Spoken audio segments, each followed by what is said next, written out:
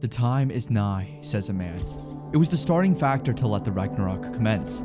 That said, the monsters start to inflict havoc on people one by one. One mother and child were victims of such horrific crimes. The mother is shown hit by the debris of the ruined buildings. As her son cries his eyes out while saying the words, "There's a monster," the mother then tells her son to forget about her and just go. As the monster slowly approaches, the mother somehow tries to bid farewell to her son as she is now about to meet her death. However, before the monster can even slice the mother's body in half, a man suddenly appears, slicing the monster's limbs in an instant. The man then tells the mother to go to safety as his comrades are in the rear, waiting for them. The mother then expresses her gratitude towards the man whom they call the Black Robe. As the mother and son have already left the premises, the Black Robe will now begin with his job, and it is to kill every monster in the area. As he tries to annihilate all of the enemies one by one, he swings his claws like there is no tomorrow. This story is a tale of his desperate struggle to survive, as well as a tale of his fierce determination to escape his fate. It all began with a certain item finding its way into a new master's hand. Raiders hunt down monsters and take loot from them. They're also there to protect humans. It's certainly a hazardous profession, but people call them heroes and look up to them. It is the single profession that makes one's heart race. That is what being a raider is. Some don't know that a raider's heart beats the fastest as he stares death right in the face. But before those exciting parts, let's go back to the story first. At a cafe, two men are seen discussing something. One guy, whose name is Jaehyun, can't seemingly believe that they want him to be a meat shield. However, before Jaehyun can get any more furious, the other guy with eyeglasses then tells him that this is the only way he can get any easy money. That said, the man thought that it was weird in the first place that the group let him into the campaign, and now he knows the reason behind it. Min-jung, the guy with eyeglasses, works at a raider agency that handles the distribution of contracts for guildless freelance raiders like Jaehyun. That's why when Min-jung contacted him out of the blue, he was thrilled about the prospect of some long-awaited work. However, upon reading the actual request, Jaehyun's mood turned upside down. It was quite simple. The agency wanted him to be a vanguard in a dungeon crawling with undead mobs with a single shield. In simple terms, they want him as some expendable cannon fodder. However, the guy can't do anything about it, considering contracts for work nowadays are limited for brawlers since everything now is done by magic users. It was the hard truth. It is said that while mages can safely hunt monsters from behind, raiders exposed to immediate danger at the forefront are subjected to more injuries. It's no secret that mages have a clear upper hand in open battle. In this day and age, there is no place for brawlers anymore. Jaehyun then states to himself that he wishes he should have become a mage back then when he still had a choice. 11 years ago, his third year in middle school, he received some high marks on his awakened aptitude exam, which gave him an opportunity to enroll at the prestigious Mills Academy of Raider Advancement. His aptitude for magic back then was 97%. That said, Ina So, the individual who now stands atop the magic world, only had an aptitude score of 92% at that time. On the other hand, his aptitude for melee fighting was only 34%, but in the end, he chose to become a brawler. This is since the general attitude towards magic wielders back then was abysmal. Although at first, brawlers were doing great, but in the past years things have turned the way around. Since a raider's development stops when they reach 20 years of age, the guy now pretty much doesn't have any choice but to bear with it. When entering a dungeon, a raider has to keep in mind some things. First, when one inadvertently comes across a boon. Encountering a lucky file inside the dungeon kindles his mind and snuffs out all the reasons in an instant, causing him to drop his guard. And in that moment of mental obscurity when caution has been thrown to the wind, the dungeon will test him to decide if what he said before is a boon or a tragedy disguised as a blessing. That said, before going inside the dungeon, Jaehyun is glued to his phone, saying to a photo of a girl that he'll be back in no time. Inside the dungeon, the monsters, aka zombies, start to move. On the other hand, while the brawlers struggled to restrain them, the mages easily defeated them with magic, the Yusung Guild. The new mage guild on the block has already proven itself through numerous feats and challenges. That said, Jaehyun tries to check on his inventory for the day when his head starts to hurt like crazy. Then, it popped out, saying that the Aesir system had gone down. As Jaehyun stays confused the whole time, a voice tells him to follow the light. Although he didn't get what the voice meant the first time, when he finally took a glimpse of the said lights, he followed it, as it might be worth investigating. Jaehyun still can't seem to comprehend why the system has shut down, considering the system has never gone down for 17 years, not even once. However, Jaehyun knows that the system shutdown is associated with the unknown entity and the voice that has been making him follow the lights. Now it's up to him how he will find out the answer to his question. The Aesir system refers to the pantheon of Asgard, which includes the mighty Odin and Thor. The system that supposedly got its name from Norse mythology was the final saving grace for humankind, which had fallen deep into the pit of despair. 20 years ago, the year was known as the Year of Catastrophe. They saw 3 colossal skills spring up in the middle of the Pacific Ocean. It sprouted within half a day's time and only took 9 days to cover the skies fully.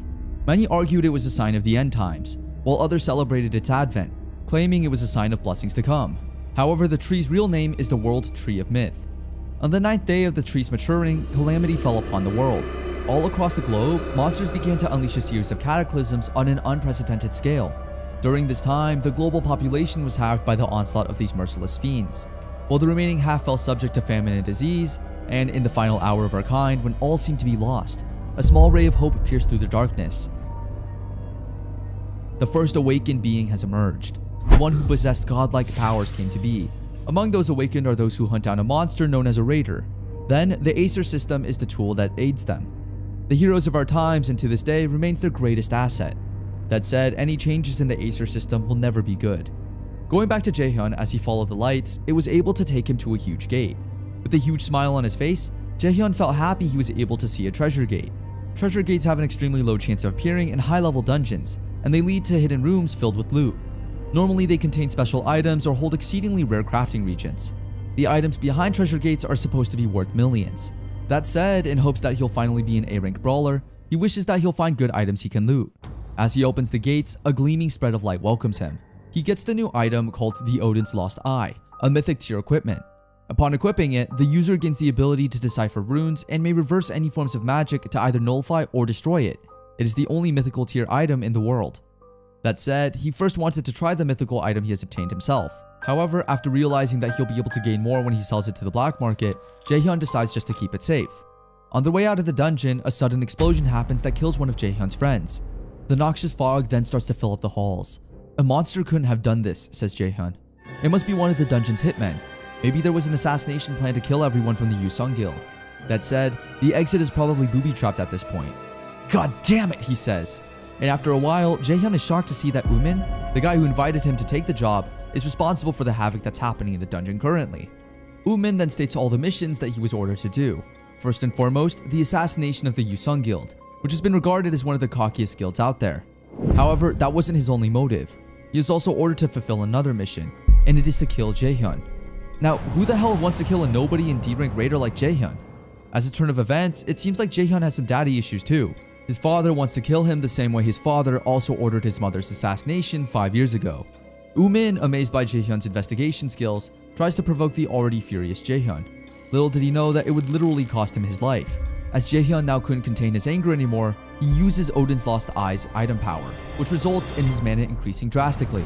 This made Umin scared as hell, and just a few seconds later, Jaehyun attacks him continuously without mercy. Within just a few attacks, Umin begs Jaehyun to spare him his life. However, we all know that will never be the case. Jaehyun, on the other hand, closes his eyes as the exhaustion and coldness of death start to linger on his body. However, the system then informs him that a new operating system has been downloaded. Upon installing the new operating system, the user will return back in time to the most desired point in the past. That said, it is another unforeseen variable. Although he can't tell what's waiting for him at the end of the path, whether it's a boon or bane, Jaehyun is willing to take risks. As the new operating system, Nornir, starts initiating while 3 goddess-like individuals welcome him, he opens his eyes once more. It is said that Jaehyun has become an archenemy of the Grey Acer. He's now obtained the passive skill of Scrutiny of the Gods and the Eye of the Absolute God. That's why the opposing god, Acer, is watching him. Then, voila! Jaehyun wakes up in his bed like everything is just a mere dream. He's now been successfully transported back to the desired period he wants. He doesn't believe anything at all, seeing his mom alive and moving, and in any case, if this is a dream, it's the dream that he never wants to wake up from. The current date is November 15th, 2020, and the new quest called A Good Rest is the Mother of All Success has been auto-started. The objective of the quest is to make Jaehyun reach 80% health.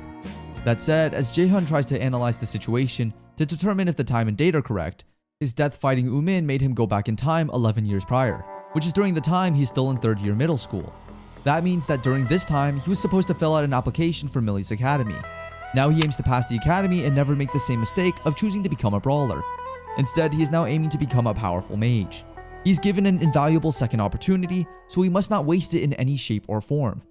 While eating with his mother, Jaehyun abruptly states that he wants to change his major to magic, which makes his mother shocked since she never imagined her son would be making such a rash decision. And instead of scolding her son, Jaehyun's mother supported him in following his dreams. Finally, feeling his mother's warm touch once again made Jaehyun emotional. However, it is not the time to cry yet. His new objective now is to take revenge on his father, Sung Oh-min, who is an A-rank raider. He can only do so if he becomes stronger than his father. He trains his body day and night until he finally finishes the quest. As a reward, he obtained one blank card. He has now obtained numerous skills that he can definitely use while fighting. He then realizes that all previous passive skills will carry over when returning to the past. One of his passive skills, which is Scrutiny of the Gods, enables God to watch over Jaehyun and bless him with rapid development, while his other skill, the Eye of the Absolute God, enables him to pierce through false illusions and see the truth behind the veil. Moreover, his Change Up Shock skill launches an electrified chain at his opponent, which inflicts paralysis on the victim. As he tries to think of new skills to add to his stats, logically he realizes that healing magic should be the best choice for him now, considering he is aiming to become a mage this time around. And considering a few years after, he vividly remembers that people who have healer skills are treated like royals, which is useful if he is speaking of the long run. However, Jaehyun decides that he must practice discretion when using the blank cards, since there's no way to predict how many cards the system will grant him. Then, his childhood friend, Yoo Jung-kim, calls him. Yoo Jung was also killed in Jaehyun's past life, and just thinking about it makes him emotional, knowing how close they are. However, instead of letting the sad moments eat him up, seeing Yoo Jung text that Saint Sung Un-yu, a mage with a signature magical skill called To Sacrifice, is in town, Jaehyun rushes to meet her. However, it seems like the Holy Lady of Korea could collapse at any moment, all due to her sacrifice skill. As Jaehyun and Yoo Jung arrive at the venue where Saint Sung Un-yu will give her motivational speech, Yoo Jung can't contain her excitement as the Guildmaster of Manhwa arrives. Her fame as a top-level healer is on a global scale. When being a raider wasn't accepted as a true profession, she was the one who tried more than anyone else to protect others. But, as Jaehyun remembers, 2 months from the said event, Sung-un will partake in a dungeon campaign in Itaewon, but falls into a critical condition during the advance. The cause, of course, was her own healing magic, sacrifice. Sung-un then gives her motivational speech to everyone. As chaos continues to take place all around the globe, she wants everyone who has awakened their powers to have courage and become raiders who will help illuminate the world. Hearing these heartfelt words from her made everyone cheer and even some tear up. Although she had a point, fighting monsters out on the battlefront isn't exactly a dream job. After the event, Jaehyun tells Yoo Jung that he has something to do first. But before ditching her, he then states to her for the first time that he has already switched majors. That said, as Jaehyun reaches Sung-un's car, he immediately asks to meet with Guildmaster Yoo. However, it seems like Sung-un's bodyguard wouldn't let that happen until Jaehyun informs him that he is well aware that the saint has an incurable disease, and that he can definitely cure it. Somehow Jaehyun's statements made the man a bit gritty. He then asks him where he heard it from. Then Sung-un passes by inside her car. At that moment, Jaehyun immediately tells her that he can cure her illness. Inside the saint's mind, she can't help but think that he's probably lying. However, there is no way of finding out if she doesn't take the risk to trust Jaehyun. That said, with a big smile on her face, she instructs Jaehyun to hop into her car so that they can talk privately. As they reach a private room, Sung-un immediately asks him where he got the information about her condition. However, there is no way possible that Jaehyun will tell her that he is someone from the future, right? I don't know. That's why he opted not to reveal the nature of his information. That said, Sung-un then asks him how he would possibly cure her, and Jaehyun's answer will pretty much shock everybody, not just Sung-un. It turns out that he intends to copy her sacrifice skill. That made this guy from earlier furious, saying that there's no way possible he will be able to copy Sung-un's skill considering it is inborn. Inborn skills are a class of skills above S-class, supposedly the end-all of all skills. Hereditary transmission or self-manifestation are the only ways one can attain such skills. Standard skills can be learned by calculating the skill's algorithm, but there are no ways even to decipher or analyze inborn skills, meaning it's impossible to copy them. However, that's just what most people think. Sung-un then gives Jaehyun some time to explain. Jaehyun intends to use Sung-un's skills to cure her, but why does Sung-un heal herself anyways? It turns out that the meaning behind Sung-un's skill sacrifice is simply self-sacrifice, or in other words, a sacrifice to the gods. Thus, she has a restriction on her that prevents her from healing herself with the same magic. It could be contradictory to sacrifice yourself for yourself. That said, quite astonished by Jaehyun's explanation, Sung-un gives her approval. And just like that, a new skill is obtained. Jaehyun then shows off that he indeed copied her skill so that they can commence with the negotiations. Jaehyun's condition is quite simple. He just wants Sung-un's guild to sponsor him in his future endeavors. However, Sung-un doesn't want just that. She wants to recruit Jaehyun to the guild, considering he knows a lot about her secret illness and has a unique ability that only a few have. However, since it is illegal to recruit a student who is not of age yet to the guild, Sung-un states that it wouldn't be a problem considering they have the right of priority negotiation. Priority negotiation is when a guild chooses a raider cadet and provides support for their development. And once the raider has come of age, the guild is given priority status in signing a contract with them before any other guilds can have a chance. Such a deal is usually offered to promising prospects who are considered prodigies in their own right. Jaehyun can't believe that he's receiving such offers like this now, considering that before his return to this timeline, lowly guilds were quick to shut the door on him. Sung-eun has also grown fond of Jaehyun's childish aura. It's really refreshing. That said, she gives him time to think about it first and start filling up the forms. Then before anything else, Jaehyun tells Sung-eun that he'll heal her first and foremost. In Jaehyun's mind, it is a great opportunity. However, he needs to think of it first and focus more on mending her. After all, there will be plenty of time to decide things afterward. That said, Jaehyun starts using his newly acquired magic. As the waves of healing start filling in Sung-eun's body, she slowly feels that her body is being mended continuously. Even the guy who's always with Sung-eun seems shocked at Jaehyun's ability. He then tells him to apologize to Jaehyun for his rudeness earlier. Jaehyun then assures him not to worry since no one would believe the words of a teen like him after all. After a few more moments, Jaehyun is able to mend Sung-eun's illness like it was nothing. As she stands up and looks at the window, all the symptoms she had were gone. She then thanks him for his service. However, Sung-eun is worried that Jaehyun will have some sort of penalty for using the spell. But it seems like in Jaehyun's place, there are no penalties applied since the skill is only a copy. And just like that, Sung-eun is relieved from her illness and Jaehyun is able to get what he wants. The next day, Jaehyun is taken to the Manhwa Guild's low-level dungeon, where he intends to level himself up in preparation for the Melee Academy. That said, Jaehyun is given a number of tools he can utilize during his time inside the dungeon. However, Sung-eun's assistant seems to not believe that Jaehyun is planning on going inside the dungeon alone. That's why even if Jaehyun assures him that he can handle it himself, the apologizing guy hands him a warp stone in case he is caught in a life or death situation. The stone will take him back to the entrance in an instant. That said, as Jaehyun steps into the dungeon, he's immediately welcomed by an entity. Then he is transported to a new location by the Nornir system, and this new location is called the Plaza of the Dead, Helheim. Meanwhile, back in the real world, Sung-eun asks her assistant Hana to dig for some information about Jaehyun. As Hana hands over the said files, Sung-eun can't seem to believe that Jaehyun got 97% on the aptitude test. That said, she now waits for Jaehyun to finish what he is doing inside the dungeon so that she can verify Jaehyun's ability for herself. Back at the dungeon, Jaehyun now crashes into the new location. A skeleton then aims its bow toward Jaehyun, slashing a small part of his skin. As more monster-like zombies appear, Jaehyun now stays alert. As another arrow comes his way, Jaehyun effortlessly stops it while snapping it in two. Now, Jaehyun is definitely pissed off. Yoo-jung is then seen irritated and frustrated at how Jaehyun ditched her the other day. She felt like her best friend had changed overnight. From being the prudent and indecisive person that he is, Jaehyun turned into someone that seemed to be fully decided on what he wants. That said, somehow, this made Yoo-jung a bit sulky about him. Meanwhile, at the dungeon, Jaehyun will now make his moves to kill all the monsters. The four wraiths as they call them. It's the skeleton archer and the draugr. Using his low-quality staff crafted by a blacksmith affiliated with the Manhwa Guild, he fights them all just by himself. Helheim. Of the 9 worlds in Norse mythology, Helheim is the place ruled by Hel, the daughter of Loki. It is the realm of the dead. Dungeon designs are based on world themes of the 7 realms, excluding Midgard and Asgard. Niflheim, the realm of fog and mist, Muspelheim, the land of fire, Jotunheim, home of the giants, Alfheim, home of the elves, Svartalfheim, home of the dark elves, Vanaheim, home of the Vanir, and in the coldest, deepest depths of Niflheim exists another world which is now the Helheim. Helheim is difficult for a Lobi to attempt.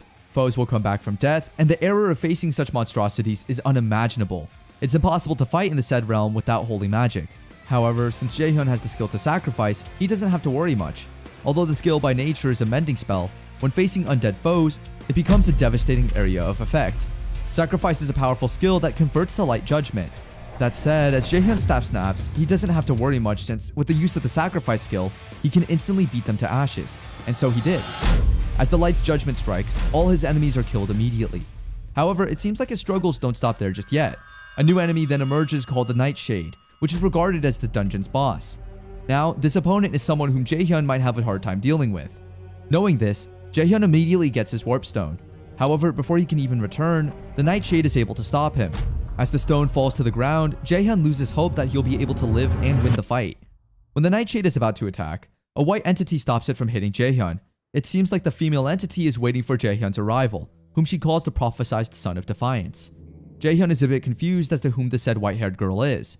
The girl then states how confused she is with Loki's choice to make Jaehyun, a mere teen who can't even be regarded as one of the strongest, to be the chosen one to fight the god Acer. However, as Jaehyun's blood continues to lose due to the bleeding, he's now about to faint and die. However, he wouldn't let that happen considering he still wasn't able to take revenge on his father and become a great mage.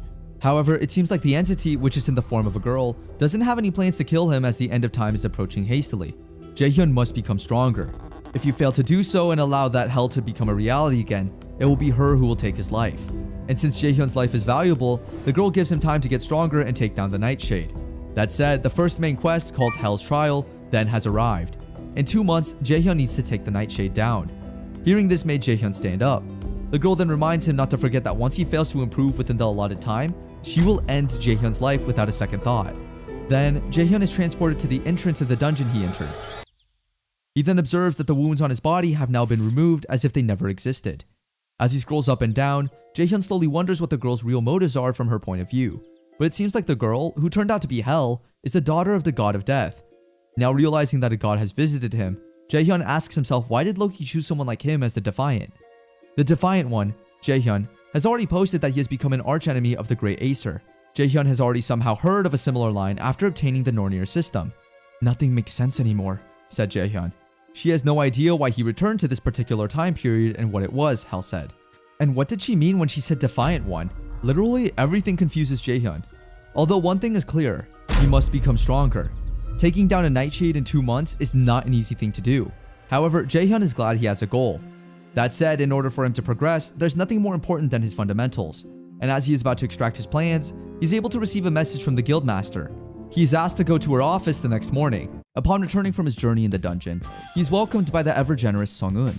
As he enters the room, he is immediately asked by her if he has already thought about the offer. The offer is quite a generous one considering a fixed stipend for living expenses is included, as well as unlimited access to any B-tier guild equipment. Plus, Jaehyun is not liable for any equipment damage. He will also be entitled to a fifth of the loot during the dungeon campaigns. The deal leans heavily to his side with all the perks and none of the drawbacks. It's an offer strictly reserved for raiders of at least A rank. Jaehyun then stated that he had already told his manager. However, before formalizing the contract, he had another condition to add. Sung-eun then immediately agrees to hear it. Jaehyun bluntly says that Sung-eun must have read his profile by now, so he'll get straight to the point. He states that it's not been a month since he switched paths from a brawler to a mage, and as such, he's still a novice when it comes to magic. That's why he wants Sung-eun to tutor him personally in the art of magic.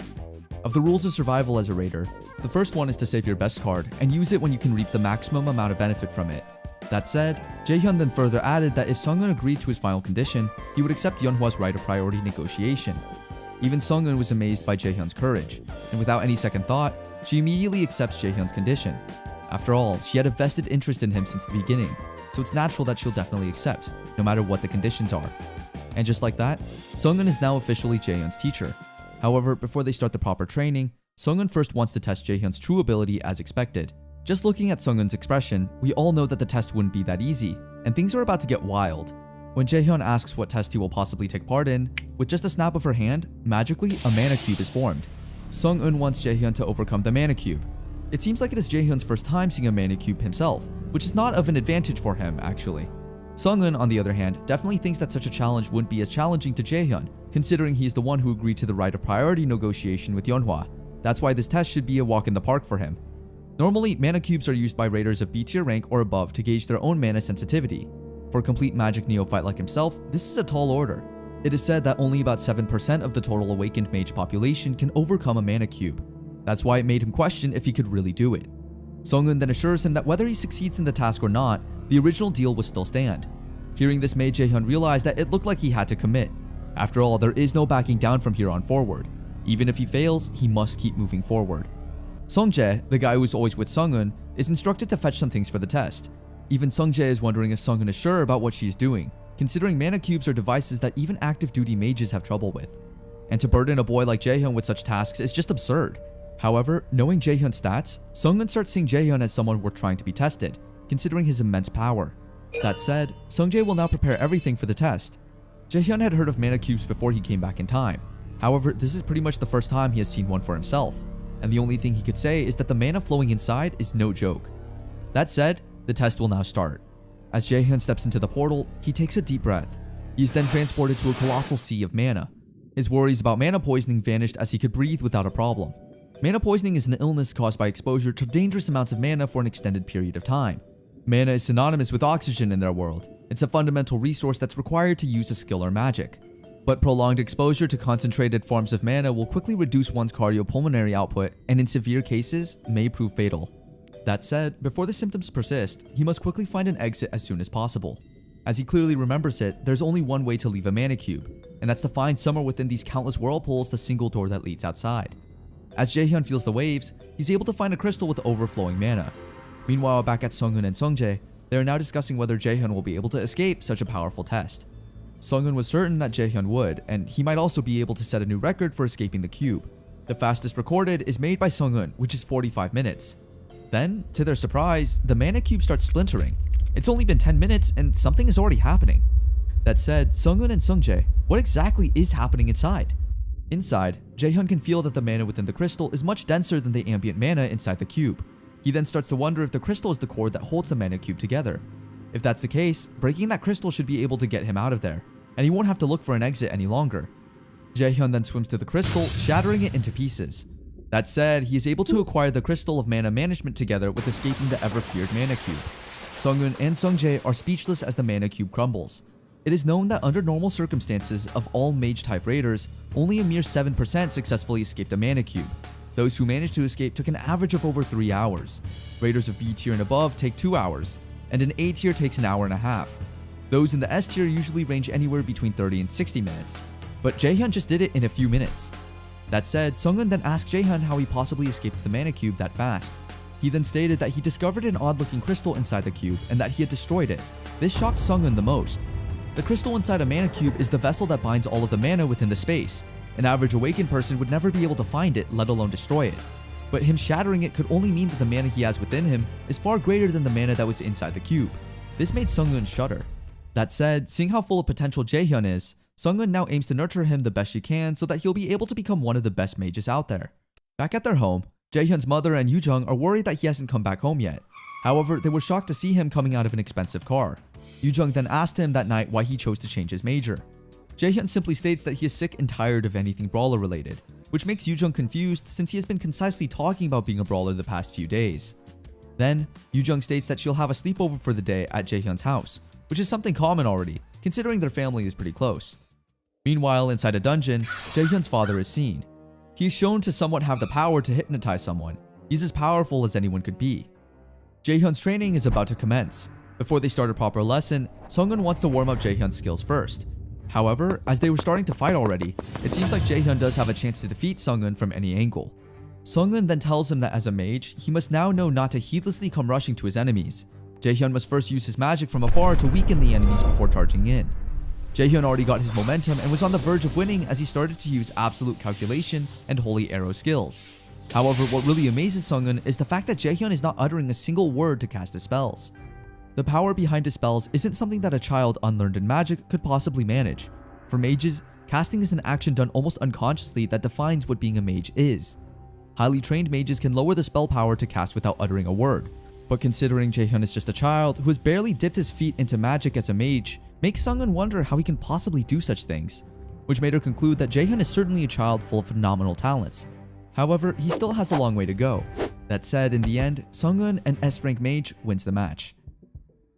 After the match, Jaehyun tries to contemplate how he didn't see Sunghoon's last attack, even if his eyes were both on her. On the other hand, Sunghoon is also amazed at how Jaehyun obtained a wide range of melee experience as a brawler. He cast his spells without any delay. He even displayed incredible speed with an inverse calculation. She then states to him that she was able to observe his combat style, a combat style yet to be realized by anyone else, one that is unique and achievable only by him. That said, Jaehyun is officially Sunghoon's first pupil. But before that, Jaehyun asks for Yujung's help in better understanding magic. Yujung is quite amazed by him, considering it took him only 2 days to master something others spent months on. Yujung then opens up about how she remembered the time when Jaehyun told her that he would choose to become a brawler. She stated that she was so shocked at the time. She added that even if the midfield doesn't guarantee financial success, we just couldn't comprehend how he has abandoned such an aptitude for it. While they were talking, a sense of darkness lurks inside Jaehyun. It seems like his father's image doesn't stop appearing in his mind. However, now is not the time for any distractions. He tries to come up with something more beneficial for his cause, such as looking for an elixir. Sunghoon is seen talking about how Jaehyun's ability can make him into an S-rank raider with a shooting star-like debut that will shock everyone. The Magic Boost Elixir, as its name suggests, is an elixir that permanently boosts the mana of the individual who consumes it. For mage-type raiders, it is surely an item to vie for eagerly. It seems like with the amount that Jaehyun is making, he might die any second with such taste. As of 2020, there isn't a soul out there yet who knows the recipe for a Magic Boost Elixir.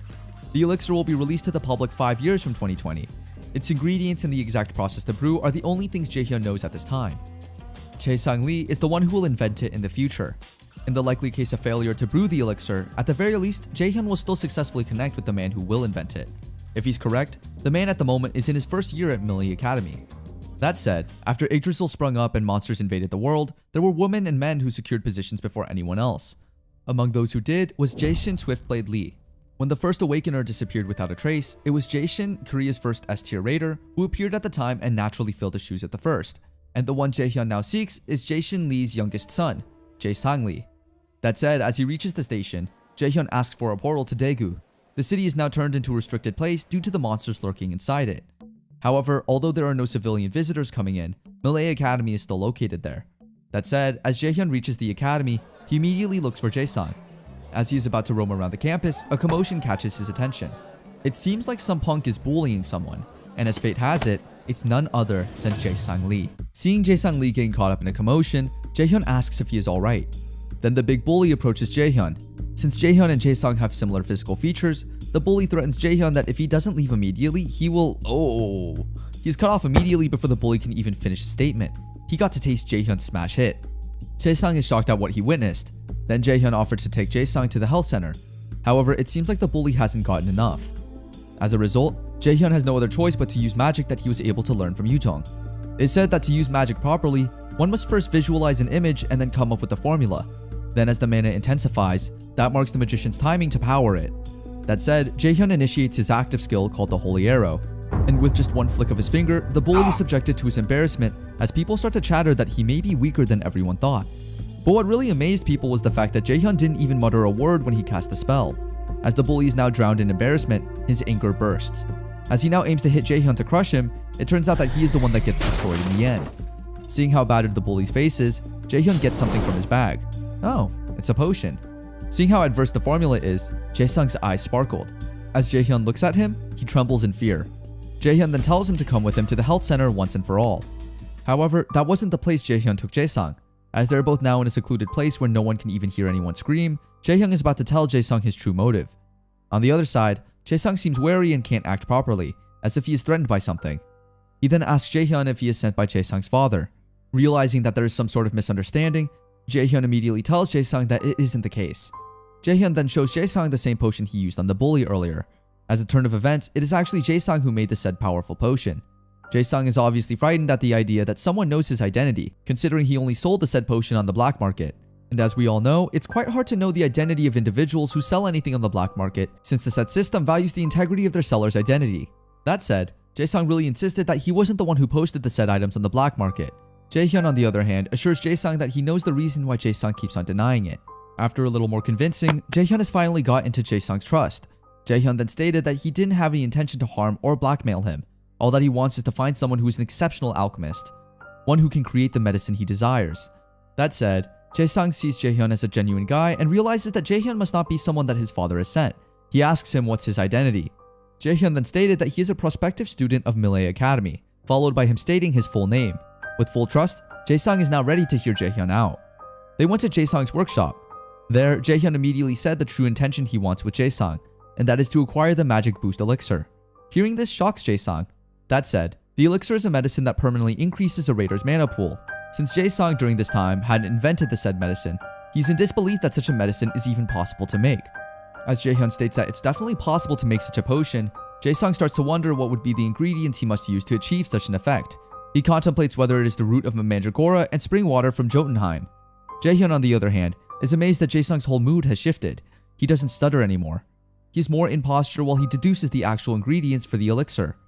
This made Jaehyun realize that Jae-sang is indeed a genius beyond anyone could have ever imagined. That's why Jaehyun must win him over to his side no matter what.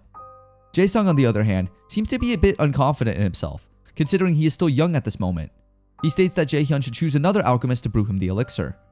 However, since Jaehyun doesn't have the set ingredients for the medicine, considering that in the first place, Jae-sang will be the one that will invent it, there's no way possible he can find someone to brew it other than Jae-sang.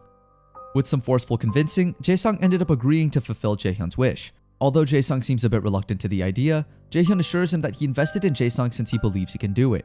Hearing this made Jae-sang motivated for the first time in his life. Someone trusted him fully. Little did he know that Jaehyun did this all for the sake of securing another connection.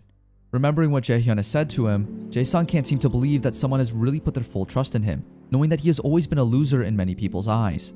Jae-sung then reveals that he had always been more timid and feeble compared to his other brothers. He was bereaved of his mother at an early age and was left to bear the burden of life on his own. As a result, in the eyes of his father, he has always been falling short. That's simply his whole personality, a loser that no one wants. That's why Jaehyun's very lines made Jae-sung emotional, knowing that these are the first words of trust that he has ever received. As tears keep falling from his eyes, he can't seem to comprehend why Jaehyun's words dig so deep into his heart. Meanwhile, Jaehyun is currently training his magic with Sunghoon. As Jaehyun continues to make improvements, Sunghoon is amazed at how far Jaehyun has grown. As the drill hall, which is laden with arc metal, suffers such carnage, Sungjae stops the two from training since if he doesn't stop them, the facility will surely fall to the ground. That said, Sunghoon then tells Jaehyun her daily evaluations. She stated with a wide smile on her face that Jaehyun's development is progressing at an astonishing rate. He has already improved his spell diversity as well as the power behind each of his spells. This made Sunghoon wonder if Jaehyun has been studying magical theory on his own, and we all know that he is. Jaehyun didn't lie as he stated that his friend Yoo-jung had been tutoring him for the past few weeks. This made Sunghoon delighted, knowing that Jaehyun knew how to make use of his time. She is also amazed at the fact that Yoo-jung is smart enough to teach Jaehyun some deep theories. Though Jaehyun didn't deny it, we all know he thinks otherwise. On the other hand, Sunghoon then asks Jaehyun if he plans to enter the dungeon once more. Without any hesitation, Jaehyun nods immediately. He explains that he thought it would be a good time to test out the result of his training. Sunghoon doesn't even have any worries about Jaehyun not surviving the dungeon. Considering his current skills, an E-rank dungeon should be as easy as pie for him to finish. And for Pete's sake, he literally broke a record when he escaped the mana cube. However, inside Jaehyun's mind, he really wished it was just an actual E-rank dungeon. Knowing what's waiting for him when he enters, he must make a cool-headed decision while he's still outside. He starts to ask himself if he is truly capable of accomplishing the task, considering he's up against a C-rank boss monster called the Nightshade. It's a monster that would have been impossible to solo as a D-tier raider in his past life, which makes him wonder if he can handle such a powerful foe at this stage of his life. To wake and cheer himself up, he slaps his face. He then starts talking to himself, positively stating that all the preparations have already been done, and the only thing left for him to do now is to engage in the actual battle. "I can do this," he says. After a while, Jaehyun then visits Jae-sung, and during this time, the magic boost elixir is already finished. So excited to have its powers, Jaehyun immediately eats the said medicine, and in an instant, his mana stat has increased. Jaehyun can't seem to believe that such effects are really possible. And the fact that the bitter taste of the elixir from his past life has now been altered to a sweet one is just phenomenal. This just shows greatly that at its core, alchemy is a profoundly esoteric branch of study, even for the generation of an identical item. The grade of the final product will vary greatly depending on the skill of the alchemist. Now that he has already obtained what he wants, Jaehyun states some words of encouragement to Jae-sung. He then says his thanks and lets Jae-sung have some rest. Now it's time to take down the Nightshade as Jaehyun's final preparations are finished. The day has finally come. Before he enters the dungeon, Jaehyun first checks on the items he will bring through the fight. When he finally concludes that he is already in tip-top condition, he lets Sungjae open the dungeon gates. As he now enters the dungeon, as expected, instead of being taken into an E-rank dungeon, he's transported to another location by the Nornir system. When he finally reaches the Plaza of the Dead, Helheim, the fight is now about to begin as he feels this unnerving mana, which permeates every nook and cranny of the zone.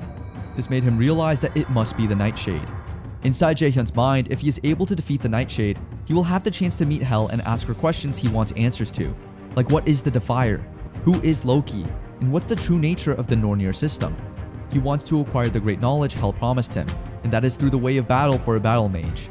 According to Sunghoon, a battle mage is often called a spell sword, a hybrid class of a mage and a brawler. However, as fancy as it may seem, such things don't really exist. Having someone to be a jack of all trades can't seem to be possible. However, Sunghoon added that in Jaehyun's case, things might be different this time around. Going back to Helheim, just like before, Jaehyun has defeated the undead monsters easily. However, outside the dungeon, Sungjae senses an unfamiliar presence approaching. Well, it's just Yeonju, a person that Sungjae personally knows. As Yeonju roams the area, she starts to ask the questions if Sunghoon's rumored illness is true. As we all know, it's confidential info, and Sungjae couldn't possibly say anything to her at all. However, she didn't stop there. She even asks about Jaehyun since a lot of people have been seeing him entering the training facility and meeting up with Sunghoon frequently. Now this shocks Sungjae. However, he didn't say a word to Yeonju. As a result, without choice, Yeonju finally decided to leave. On the other hand, back in the dungeon, Jaehyun and the Nightshade finally meet once again, and things will definitely be different this time around. As the fight commences, Jaehyun leaps through the air, fighting the monster with all his might. However, it seems like Hell doesn't want to be left out of the exciting part, so she starts interfering with the fight. Jaehyun is now inflicted with an instant death penalty if he can't defeat the Nightshade in a given amount of time. To make things even more difficult for Jaehyun, Nightshade now has acquired 50% more mana than he has earlier, making it harder for Jaehyun to defeat him. However, with much courage and perseverance, using the items he has and the skills he's acquired during his training, in the end, he's able to defeat the said monster of Hell before his time runs out. With that said, Hell has now concluded that Nornir's choosing wasn't by coincidence after all. "Come, child, to my sanctum I invite thee," she said. And now, the trial has finally ended. After he had defeated the boss of the dungeon, the Nightshade, the death brand was removed. You've gained 3,000 experience points, as well as the collectible item Nightshade's Core. He also gained the equipment item Shade Guard. As he earned 3 more levels, he earned the title of the one who overcame the first trial. When he finally arrives at the sanctum, Garmer, Hell's pet, welcomes him growling. Hell then stops him before anything bloody happens and tells him to escort their guest to her. As Jaehyun already seeks an audience with Hell, he's then told that Hell was honestly half expecting him to fail. However, since he is able to defeat the said monster, Hell congratulates the prophesized child of defiance. That said, Jaehyun then immediately asked her why she sent him the Nornir system and why she put him through such a trial. What would she get out of it? Hell then smirks. She then stated that it was all necessary to nurture him into the Great Defier. But if that's the reason, then why of all people in the world did they choose him? She then stated that from the very beginning, the strands of destiny were woven into his fabric, and thus he was born with it. He is the one born to defy the mighty Aesir, the very being who will slay Odin, the mightiest of the pantheon, and that is what Loki, as well as the rest of them, desire from him. Jaehyun then asks why they want him to slay Odin. However, instead of making everything clearer for Jaehyun, Hell just stated that he doesn't need to understand it at all. This made Jaehyun furious. However, Hell states that she can sense his indignation. Since he is playing a pawn in a game played by the Divine, it is not something that is easy to accept. She then makes sure that Jaehyun gets the idea that the gravity of the events set in motion stretches beyond the gods who oppose the Aesir. It is then revealed that the world is now coming to its end, and Odin plans to place all existence at his feet. That's why they require the prophesized Defier, since they need his power. That said, Hell then shoves Jaehyun into what seems to be a portal going into another world. As the magical portal slowly engulfs Jaehyun, he keeps on asking Hell to give him more time to ask her questions, but it's already too late. He's already been transported back to the outside world. Then it is revealed that there is someone other than Jaehyun who went inside Hell's sanctum without being invited. The entity states that word about Jaehyun has reached him and he could not hold back his curiosity any second more. He then asks for Hell's opinion of Jaehyun. Hell then honestly stated that she's impressed by the improvement Jaehyun has done to himself. Jaehyun's growth far exceeded her expectations. The entity then states that if that's the case, he doesn't have to worry knowing that Jaehyun is progressing well. However, Hell knows that's not the only reason for his visit. The entity is called Mimir, and as always, he's delighted by the words of the riddle Hell gives him. It turns out that Mimir and Loki have had secret plans that Hell was able to grasp. However, instead of telling Hell the whole truth, Mimir states that it would be revealed at the right time as fate goes. Hell, on the other hand, has no problems with waiting since patience is a well-practiced virtue of hers. However, she makes sure that Mimir knows she will not idly sit by. Now struck with inspiration, Hell stated that the Defier is still much too green. According to the prophecy before him, there still lies innumerable adversities and hardships. That's why he needs a guide, one who will lead him down the right path, even if the ramparts of despair bar his way. 7 days are left until the semester begins at Mille. At the mall, together with Hana, Sung-eun's assistant, they roam around to purchase the required items. And Jaehyun is still upset at what happened in the dungeon since after all the trouble he went through with training, he's left with a bigger stack of questions than he began with. As he checks on his skills dashboard, he can't seem to comprehend why he has so many X-rank skills, which is an impossible rank within the Aesir system, something completely out of bounds. He starts to wonder if this is a skill group outside the dimension of the Aesir system, and if other skills are this powerful, then the Eye of the Absolute God is probably one of the more potent ones, which is the very thing the rebel gods desperately want from him, so desperate enough to grant him such skills. Just thinking of it makes Jaehyun wonder what he should do. Then something caught his attention. The price of the item that Hana will buy him is just a whopping $299,000. With a gloomy look on his face, he can't seem to believe that a single mana blade is worth that much. However, that doesn't stop there, since the list of items they're going to buy is far from being already purchased. Jaehyun then states that he wants to look for artifacts imbued with Fade. However, such an item can't be possibly found that easily. However, as a turn of events, Hana actually has a brother who possesses one, and he's none other than Sung-eun's manager, Sung-jae. This information left Jaehyun shocked as hell. Then, someone or something is resonating with Jaehyun. A light emerges, spreading across the area, and he recognizes it as the same one back at the gate. That said, he rushes to take care of something. It is then revealed that he has pierced through false illusions using the passive skill Eye of the Absolute God, which made him unlock a sub-skill for it. This time around, he had obtained another skill called Perceive. Its effects are to gain the ability to detect unidentified items, as well as all fade and illusion-based skills have no effect on him. What the hell is going on here? Jaehyun says as he can't anymore explain the situation.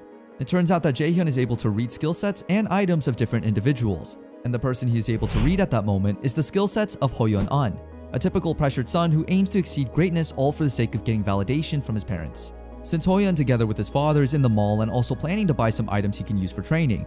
There, Hoyeon revealed that they pretty much grew up in poverty. However, after his powers awakened as a child, this literally changed the course of their life. He became an instant prodigy to many, but it felt so suffocating that he ended up feeling as if his life was the same as the life of a monkey in a zoo. As a consequence of his instant growth, he became a puppet to his father. He doesn't have the right to utter any suggestions or even to make his own decisions. All that he needs to do is follow orders from his father. His father is so blinded by power that even if Hoyeon's mother is fighting for her life in the hospital, he doesn't seem to care at all. All that he thinks of is for Hoyeon to become an S-rank raider. Then, suddenly a dungeon break occurs that makes everyone panic. Hoyeon's father then states they should evacuate too to avoid Hoyeon getting some unnecessary injuries.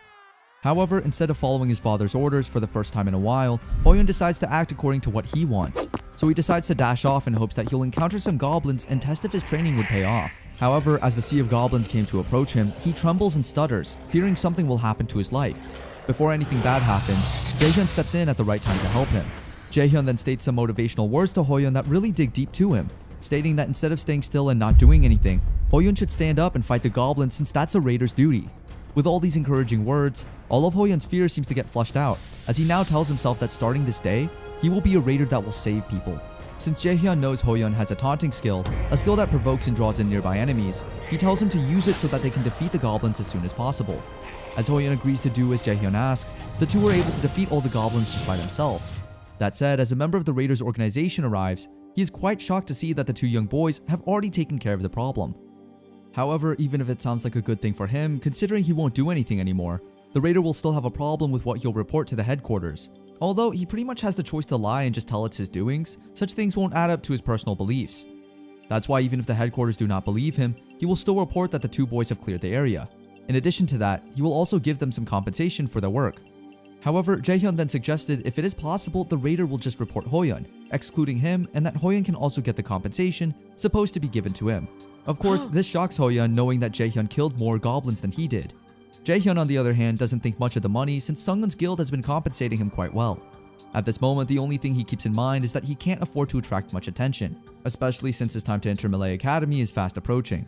With a gloomy aura on his face, a little bit of hesitation, and also willingness, Hoyeon accepts the offer since he can make a good use of the money, knowing that his mother is already confined in the hospital.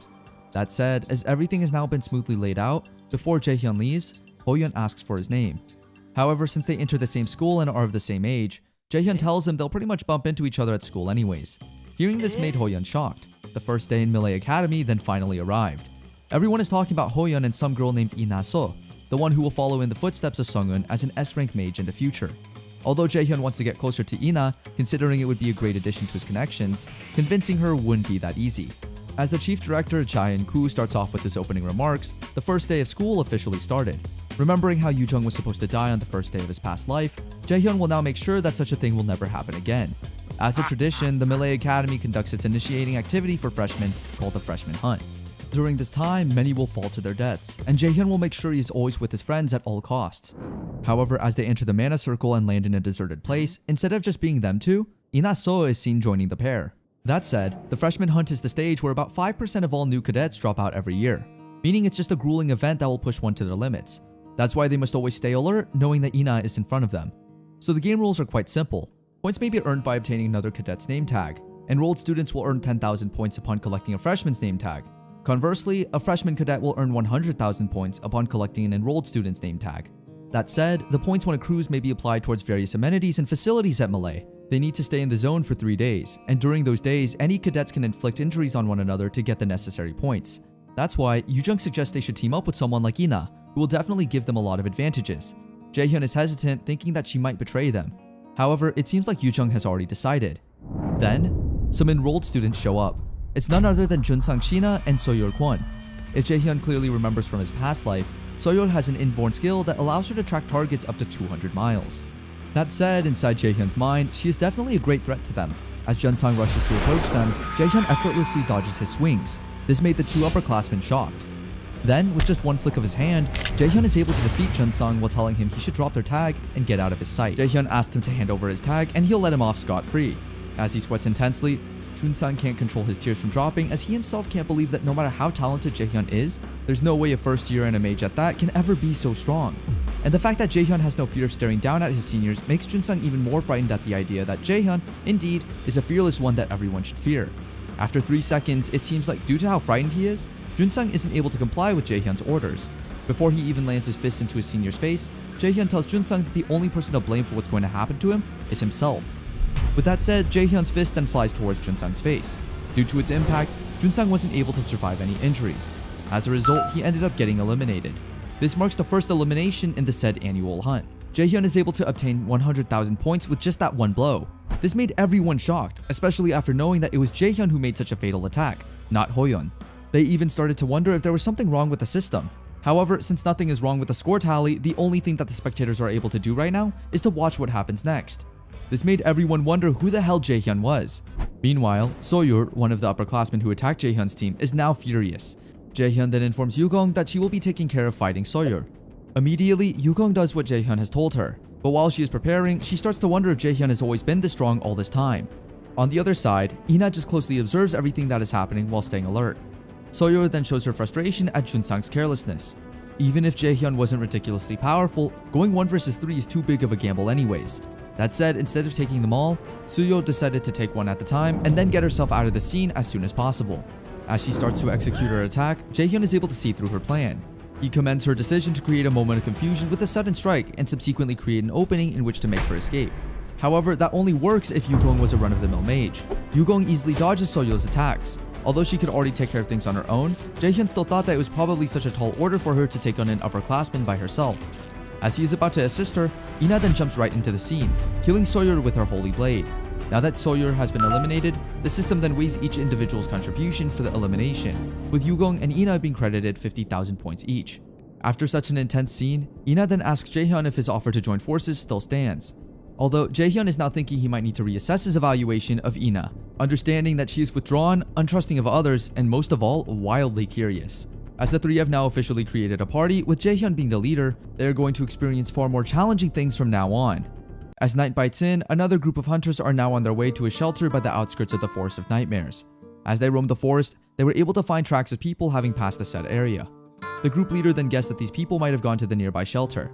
They even speculate that it must be Jaehyun's group, considering they are the only ones seen in the area earlier.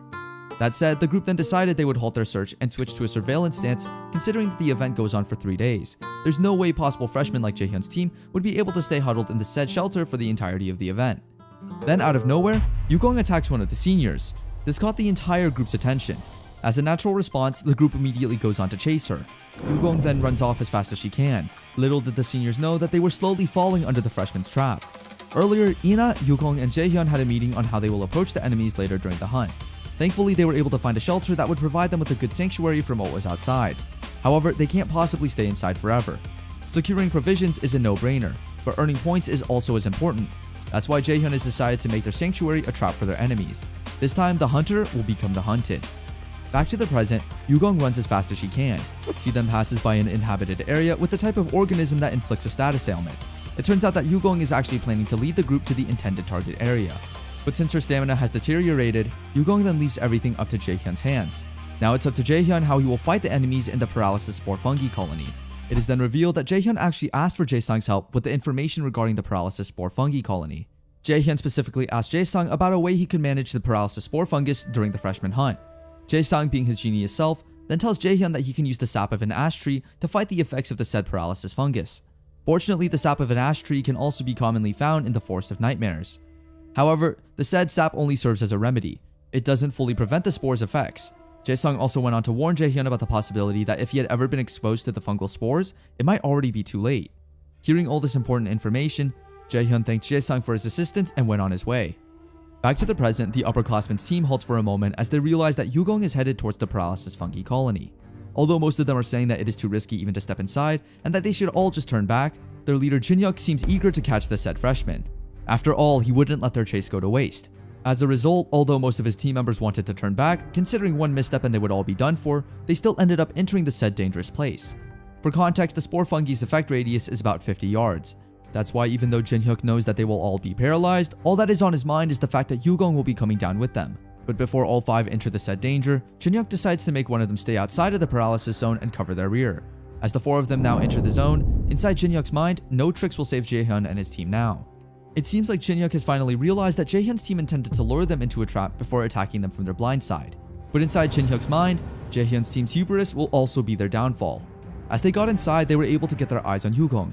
They all thought that there was no way Yugong would be able to escape such a place. But what they don't know is that they've already fallen under her trap. As the team are now confident they will get the last laugh, Yugong is seen all happy and smiling as she knows to herself that they will win this fight. She then provokes them to attack her, and when they are making their way toward her, Yugong uses her mage power to erupt the paralysis spore fungi around the area. As a result, all organisms with 50 yards radius will be paralyzed for 2 hours. But before we dive into the exciting part, before they even execute the plan, Jaehyun has already informed Ina and Yugong about the critical information he is able to get from Chaesang. And since Jaehyun knows that Yugong can use the change spell really well, he assigned her to do the job of luring the brawlers toward the danger area. Change is simply a spell that swaps the positions of designated allies. Back to the present, as Yugong is slowly finishing things according to plan, Jaehyun and Ina are getting ready themselves. Meanwhile, after Yugong snaps active all the spores, irritating the upperclassmen, she then uses her change skills to swap places with Jaehyun. As Jaehyun enters the scene, Jinhyuk, who has received a number of bruises on his face, states to Jaehyun that he is a fool to charge into a field of paralysis fungi. Jinhyuk then informs Jaehyun that he will be dead meat anytime soon, considering one of his comrades is waiting outside the zone. But before Jinhyuk can even celebrate his unofficial win, the system then announces that Ina has eliminated his comrade outside the zone. As a result, Jaehyun's team acquired 100,000 points. Jinhyuk then tries to calm down by saying that even if his comrade isn't able to survive, that still doesn't change the fact that Jaehyun is still stuck with him for 2 hours. But to his disbelief, he sees Jaehyun moving toward him. No matter what he thinks of it, he still can't seem to believe that Jaehyun is able to do such things. It turns out that Hell's Blessing protects Jaehyun. As a result, he has now become immune to any negative status effects. Jinhyuk, now knowing his fatal fate, cries as he begs Jaehyun to stay away from him. But it's all too late. After Jinhyuk gets eliminated, Jaehyun then moves on to kill the other 3. It seems like no one can believe freshmen are able to do such things. Now that the plan has been executed properly after drinking the ash tree sap, Yugong and Ina are now on their way to the rendezvous place. While they are waiting for Jaehyun, Ina starts to wonder how Jaehyun is so good at using magic. She's then a bit stunned at the fact that Jaehyun has only been learning magic for 3 months, and the fact that Yugong is his personal tutor makes Ina even more amazed. Ina is also shocked to know that Jaehyun intended to become a brawler. Yugong also shared her disbelief after Jaehyun told her that he wanted to become a mage out of nowhere. But what amazes them both so much is the fact that Jaehyun knows the effects of the ash tree sap, which is only known by a few mages across the globe. As they finally get together while Jaehyun and Yugong are having their usual friendship quarrel, Ina seems to find Jaehyun attractive, and her thoughts somehow make her flustered very much. Now that their first plan has successfully been executed, the 3 are then seen inside their safe sanctuary. Ina then wonders what Jaehyun is currently making as he sprinkles herbs here and there. As he swirls his concoction, Jaehyun quickly responds that it is a stamina recovery potion. He stated that he learned the recipe from an acquaintance, aka Jaesang, and since he thought that it might come in handy, he decided to make it himself. Although he made hundreds of throwaway duds in the process, he's still thankful he decided to do so. Yugong then states her surprise that Jaehyun knows someone considering he doesn't have any friends. On the other hand, Ina then says how amazed she is by how talented Jaehyun is. She doesn't even feel they are peers at the same level. For her, it seems like Jaehyun had 10 years on them, as he is technically skilled at everything. Inside Jaehyun's mind, he can't seem to comprehend how spot on as a guesser Ina is, considering 10 years is almost dead on. Then Yugong suddenly halts their chit-chat as she states that it's already enough with the idle talk. If they're going at it again tomorrow, Yugong suggested that they should eat something at least. She even volunteered to cook for the team. However, Jaehyun quickly shuts her down, saying that eating the food they have gathered is already enough. It seems like Jaehyun doesn't trust Yugong's cooking. Yugong then shows her frustration towards Jaehyun for not trusting her. But can we even blame Jaehyun considering there was one time in middle school, Yugong baked some cookies that were like poison berries. That's why since then, Jaehyun never trusted Yugong with any cooking. And since he himself can't cook as well, Ina ended up volunteering that she can cook for the team, considering she's not too bad of a cook.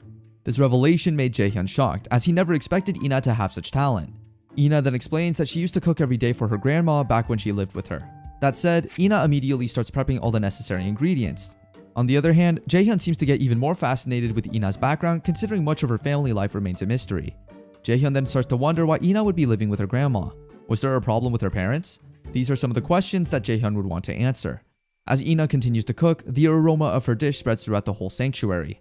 And when she is finally done cooking, Jaehyun and Yugong take a bite. They can't seem to contain their happiness, all because of how delicious the food is. Yugong even hugs Ina with a wide smile. On the other hand, Jaehyun can't deny the fact that the food is really good. He even thought that it was wild to think that they were able to enjoy such fine dining in a place like where they are now. Ina, on the other hand, can't hide how flattered she is by all the nice comments about her cooking, as she hasn't felt like this in a long time now. Meanwhile, back in the observation room, some of the school heads were having a discussion as to how they expected too much from Hoyeon, but he ended up only placing 4th place. What's even harder to believe for them is that the 1st and 2nd place are both held by mages. That's why they even thought of the possibility of a glitch in the system. As a result, they ended up deciding to rule that out before looking for other explanations. It seems like it is such a big surprise to many, considering that until now, such high grades were solely enjoyed by brawler-type raiders. But for some reason, out of nowhere, the higher-ups can't even explain what's going on, as a group of 3 mages would be able to annihilate their senior brawlers and take the lead in the event. One of the higher-ups then asks Miss Kim to play him the footage from the Paralysis Spore fight earlier. As he examines the video, all that he can think of is that such discernment and boldness under these circumstances really is amazing. And to top it off, a fighting technique that renders brawlers powerless is out of this world. To think that this all comes from a mage seems impossible to many, and he's not just a mage, but the fact that Jaehyun and the others are only freshmen makes everything even more complicated and unbelievable. Since Jaehyun is the main attraction, the school head naturally asks for his background information. However, as he checks the school record, it seems like Jaehyun doesn't have any info whatsoever. However, one of the school staff was able to gather sufficient information, but she herself thinks that there might be something off with the file. As the staff stuttered for a bit, the head immediately gave him a scary glare.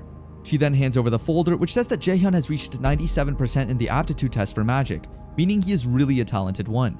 As the head sees the result for himself, he smirks in happiness. He then closes the folder and says, "Very good." As the head wants to see how talented and gifted Jaehyun really is, he even decided to enter the subspace himself. Meanwhile, back in the subspace, Jaehyun, Ina, and Yugong continue to hunt for more seniors to earn more points. As their points now reach 1,100,000, they already practically got 1st place in the bag. Yugong then asks Jaehyun if they still need to leave their shelter. Jaehyun quickly answers by saying yes, since the enrolled students are too scared to follow them into the Nightmare Forest. Ina also agrees with Jaehyun, considering that if they want to earn more points, they have to be the ones to make a move. That's why even though Yugong is now technically exhausted to the max, she doesn't have any choice but to agree with her team. That said, the party ended up getting ready for the next hunt. But before that, Yugong suddenly becomes curious as she asks what was the highest score ever recorded in a freshman hunt. Ina then answers that it was around 1,140,000 points. That said, there are only a few more points to go before surpassing the undefeated champion. Meanwhile, Jaehyun somehow didn't expect Ina to be so updated and curious about everything, which left him believing that she might really be that highly competitive. That said, the party is now getting ready to head to its next target. However, before they even leave, Jaehyun feels some presence lurking in the shadows. He then quickly tells his team that they should prepare themselves since someone is coming. After just a few seconds, the ground beneath them breaks apart. Jaehyun felt that the power emitting feels way beyond C rank. Ina then recognizes the enemy. It seems like it is a freshman like them. As a turn of events, the attacker was actually Hoyeon, the person that Jaehyun had met before entering Malay Academy. It seems like there is some anger within his emotions, and Jaehyun then asks him what he thinks he is doing. However, it seems like Hoyeon is not in his right mind, almost as if someone possesses him. Jaehyun then realizes that this might be the work of Jae-in-gu. It seems like something similar happened before Jaehyun's return to this time. It was at the Malay Academy Campus Festival, a day that should have left incoming cadets with fond memories, but instead left a scarlet stain that none can erase. The culprit of that incident was Jane's inborn skill, which is brainwashing. After his various scandals had been uncovered, he was at last faced with the threat of being locked up. That's when he committed a terrible crime and hid from a distracted world. Hundreds of cadets lost their lives, and even Jin himself disappeared after that tragic day. But for Jaehyun, it was also the day Yugong died in his stead. That's why Jaehyun would try to bring Hoyeon back to his senses. However, as he opens his skill stat, Jaehyun is shocked that there is a blank card present with a task for him to save everyone that is being brainwashed at the moment. It is then revealed that there are cadets nearby who have also lost control of their minds due to brainwashing other than Hoyeon, and Jaehyun is tasked to break the spell in order to save everyone. The difficulty level of the task is at C rank, and the reward is one blank card. Seeing this made Jaehyun excited, and he only had 2 hours to complete the tasks. Although Yugong and Ina offered to help him, Jaehyun was so pumped up that he decided to do all the work on his own. He then tells them to get away from the area as far away as they can and score some points for him if possible. Hearing this made Yugong confused, knowing that Jaehyun would face Hoyeon, the known genius brawler. And Yugong thinks there is no way possible that Jaehyun can face him on his own. Instead of arguing, Jaehyun simply asks Yugong why she would think he can't do it on his own. Believing that Jaehyun will be able to handle it on his own, Ina immediately does as Jaehyun asks. With no choice at all, Yugong ended up agreeing with the two, even if it really did confuse the hell out of her. Yugong then says that she and Ina should already get going and do whatever they can to rack up more points as much as they can. But before leaving, Yugong reminds Jaehyun that he should make sure he'll not get hurt at all and that they will see him later. With a wide grin on his face, Jaehyun tells them that the fight will surely not take that long. But before we dive into the fight, let's first know what really happened to Hoyun and how he ended up getting brainwashed. Just a while ago, Hoyun was seen roaming around the forest, trying to collect as many points as he could. He was able to eliminate one senior, which now leaves him with 600,000 points in total. He's so thankful that he is able to somehow manage to survive the past 2 days on his own. Now all he has to do is to make it for another day, and it will all be over. However, after seeing how far Jaehyun and his team are, Hoyun is motivated to do even better and surpass Jaehyun as much as he can. Although he already knows that Jaehyun is a tough competition to beat, considering Hoyun also witnessed for himself how strong Jaehyun is, nonetheless, Hoyun still aims for the top and makes Jaehyun his drive. However, as he is about to jump right into another hunt, out of nowhere, a screen appears. There, the chief director, Mr. Han, tells Hoyun that he wants his help. Little did Hoyun know that the chief actually had brainwashing powers. That's why even if the chief is in the observatory room, he's still able to manipulate Hoyun's mind. As the brainwashing effect starts to affect Hoyun, he starts to get numb. In just a split second, the chief's power is now taking over the #1 brawler's mind. Fast forward, he is now seen fighting against Jaehyun with all his might. As he swings his sword, Jaehyun leaps here and there to avoid the attacks as much as possible. Now that Hoyun is using an A-rank skill called Peak Martial, Jaehyun commends how far Hoyun has come from the last time he saw him, which was just a few days ago. Somehow, Hoyun's skills have improved considerably. Even Jaehyun can't believe that he is the same guy as before. In terms of pure physical strength, Jaehyun is far outmatched. As the fight continues, Jaehyun is clearly seen struggling for a bit. That's why he, later on, decides to activate his Wind Boost skill to pump up his game. As Jaehyun is about to attack Hoyun from the back, he doesn't anticipate that Hoyun will react immediately. Somehow, Hoyun responded with his body even before his eyes had got up to Jaehyun's movement. If it were just a matter of releasing Hoyun from brainwashing, Jaehyun's absolute calculation would make this simple. But the problem is with the spectator watching over them. Although Jaehyun can't see Mr. Han, his face is clear inside Jaehyun's mind. At this point, Jaehyun already knows that the chief director is looking forward to his performance going up against an outstanding brawler like Hoyun. That's why Jaehyun thought that it would be such a shame to end this without due care. If it's a performance the director wants, then it's a performance he'll get. However, he'll have to pay for the tickets. Meanwhile, some of the senior mages are quite surprised by Jaehyun's talent. Not only is he engaging in close combat like a brawler, but he's also overwhelming his opponent. And not just any opponent, but Hoyun, a genius brawler. Nothing seems to make sense to the seniors, as they think it is impossible. But how in the world is Jaehyun doing that? For years, it was already known to many that mages can't beat brawlers. Even during the seniors' own journey as a mage, that's the hard truth they have to suck down through their throat. They even start to wonder why it's only Jaehyun. Meanwhile, back in the subspace, Jaehyun shares his apologies to Hoyun as he didn't mean to take things this far. But since Hoyun also ought to be strong enough to shrug it off, Jaehyun decided to use one of his skills, the flash mob, and yank the camera that has been broadcasting everything to the higher-ups. This makes Mr. Han angry, and as a result, the chief then orders Mr. Kim to make sure that after the event, Jaehyun should immediately be brought to his office. Mr. Kim then tells him that he shouldn't make such a hasty decision. However, as Mr. Han comes closer to him, Mr. Kim can't move or speak. As Mr. Han pats his shoulder, he then asks him why Jaehyun would cast a spell to obstruct their vision when victory was his for the taking. It's simply because Jaehyun knows how to increase his value, Mr. Han answered himself, looking very irked. After initiating his flash bomb skills, Jaehyun then went on to remove Hoyun from the spell once and for all. As he moves closer, Jaehyun then puts his palm on the top of Hoyun's head, removing all the casted spells from earlier. When the effects of the spell start to wear off, Hoyun then comes back to his senses. Hoyun abruptly gasps as he sees himself in an unfamiliar place with Jaehyun standing right in front of him. But to make it worse for him as he tries to stand up, it seems like all of Jaehyun's attacks affected him in one way or another. Jaehyun then went on to explain what had happened, stating that Hoyun attacked his team out of nowhere, and since he couldn't just simply smile back, he ended up fighting Hoyun. Hearing this made Hoyun confused as he couldn't remember attacking anyone, and he didn't really have any reason to attack them. Then Jaehyun went to explain that his mind was in a manipulation spell. Now that Jaehyun has mentioned it, somehow Hoyun did remember something from earlier. However, he can't clearly remember it so vividly, but for sure, he did hear someone's voice. Jaehyun then states that spells of that sort are mostly A rank, even spells that simply put ideas in someone else's mind. Hoyun then went on to say that spells are restricted to C rank or below in the current subspace, so there's no way possible someone can do such a thing. Jaehyun, knowing that it is all done by the higher-ups, smirks. He then went on to reason out that perhaps there was a brief problem with the subspace or maybe someone tampered with it. However, even if there was a problem with the subspace, there's no way one of the cadets could have mastered this level of mind manipulation. Hoyun then asked Jaehyun if, supposing that someone tampered with it, Jaehyun has any idea who might be behind it, or why they would have done something like this. Although he already knows the answer, Jaehyun decides to not tell Hoyun. But Jaehyun did give Hoyun some leads to follow if he ever wanted to investigate it for himself. However, Jaehyun knows that Hoyun would have to undergo all kinds of things at Melee before he even finds out for himself. With that said, since Jaehyun's subquest has been successfully completed, he will now receive a blank card as a reward. Now that the freshman hunt is about to end in a few minutes, Jaehyun tells good luck to Hoyeon. But before Jaehyun can even leave, Hoyeon throws him his name tag, saying that Jaehyun can keep it. Jaehyun is a bit confused at first. He then explains to Hoyeon that he'll get eliminated if he gives up his tag. With a wide smile on his face, Hoyeon states that he is well aware of the consequences. Hoyeon then went on to explain that although it's not as much as what Jaehyun's team had gathered, Hoyeon states that he himself has gathered quite a few points. Besides, he is quite aware that he lost to Jaehyun in the fight earlier, so it should be fair enough if he would just take it. Before he is taken back to the real world, Hoyeon stated that although he has lost this time, he'll make sure on the next one he will definitely win. He then bids Jaehyun farewell and says that he'll see him around campus. As Hoyeon gets eliminated, although he has gathered so many points himself, the only worth of his tag is 10,000 points. This means something different to Jaehyun.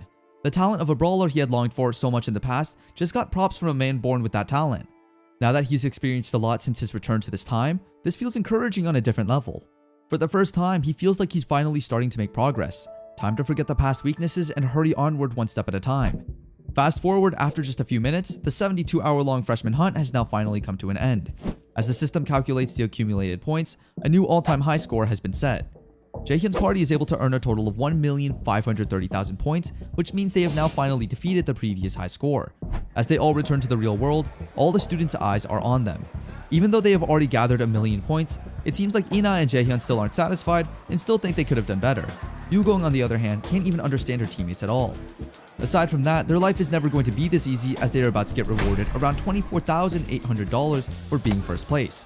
At this time, Jaehyun slowly notices the stares they are getting from other students. Then everyone stayed silent as Mr. Kim entered the room, telling Jaehyun, Ina, and Yugong that he would like to have a word with them. Since the hall is a bit chaotic at the moment, Mr. Kim tells the three that they'll do the talking somewhere else. Jaehyun then asks if what the instructor wanted to talk about was related to their performance in the freshman hunt. Mr. Kim nods and asks the three to follow him. However, Jaehyun wanted to know where the instructor would be taking them. Jaehyun then asked if it would be the chief director's office. Mr. Kim then states that Jaehyun's guess was correct and that the director has summoned them. When they finally arrive at the director's office, Jaehyun looks irritated as he sees that the director is nowhere to be found. They came there because they were summoned, but the one who summoned them wasn't even. It's just absurd. Meanwhile, Mr. Kim then makes this weird looking expression that makes Ina and Yugong confused. Mr. Kim then gave them a deadly glare and ordered Ina and Yugong to sit down while they waited. As they waited patiently for the director's arrival, they started to get bored as seen on their faces. After a few moments, a knock on the door lifts them up. As the director enters the room, he immediately says sorry for keeping the party waiting. Ina and Yugong then immediately stand up and start introducing themselves. The director then tells them to sit down as he already knows their name. While Yugong is so amazed at the fact that the director knows of her existence, Jaehyun looks even more irritated now than he was earlier. Jaehyun then bluntly says to the director that he is definitely late and they have been waiting for him for so long that he almost dozed off. His statements made Ina and Yugong freeze for a bit. Even Mr. Kim is scared of Jaehyun's fearlessness towards the director. The director, on the other hand, keeps himself composed, although he himself is irritated. The director then explains that he is so embarrassed that he needs some time to prepare to talk with them three. Jaehyun then tells him that they are the ones who should be embarrassed since they came straight to the office after 3 days in the subspace, not being able to wash themselves up first, let alone have time to prepare like the director. The director twitches in anger at Jaehyun's insolent behavior, but instead of showing how angry he is, he still keeps his calm as much as possible. At this point, Jaehyun realizes that just as he thought, the director is playing humble as if he is afraid of losing such talented cadets. Before things got out of control, the director went on to say his proposal. Since they have topped the said freshman hunt, they will now be called elites, especially Jaehyun for placing first. The director tries to praise Jaehyun's ability and hopes that Jaehyun himself would flaunt his skills, but it seems like Jaehyun has no plan to do so. Since they have scored over 1,000,000 points and were even able to surpass the previous highest score, Malay Academy would like to offer the three a few privileges. First, they will be offered suite rooms in the on-campus dormitory, free of charge. Second, the Academy also plans to grant them priority access to all facilities that require reservations. Third, they will even be given the opportunity to retake an exam if they are ever dissatisfied with their grade. But it doesn't end there. Along with those three privileges, they will also enter an official partnership with Malay.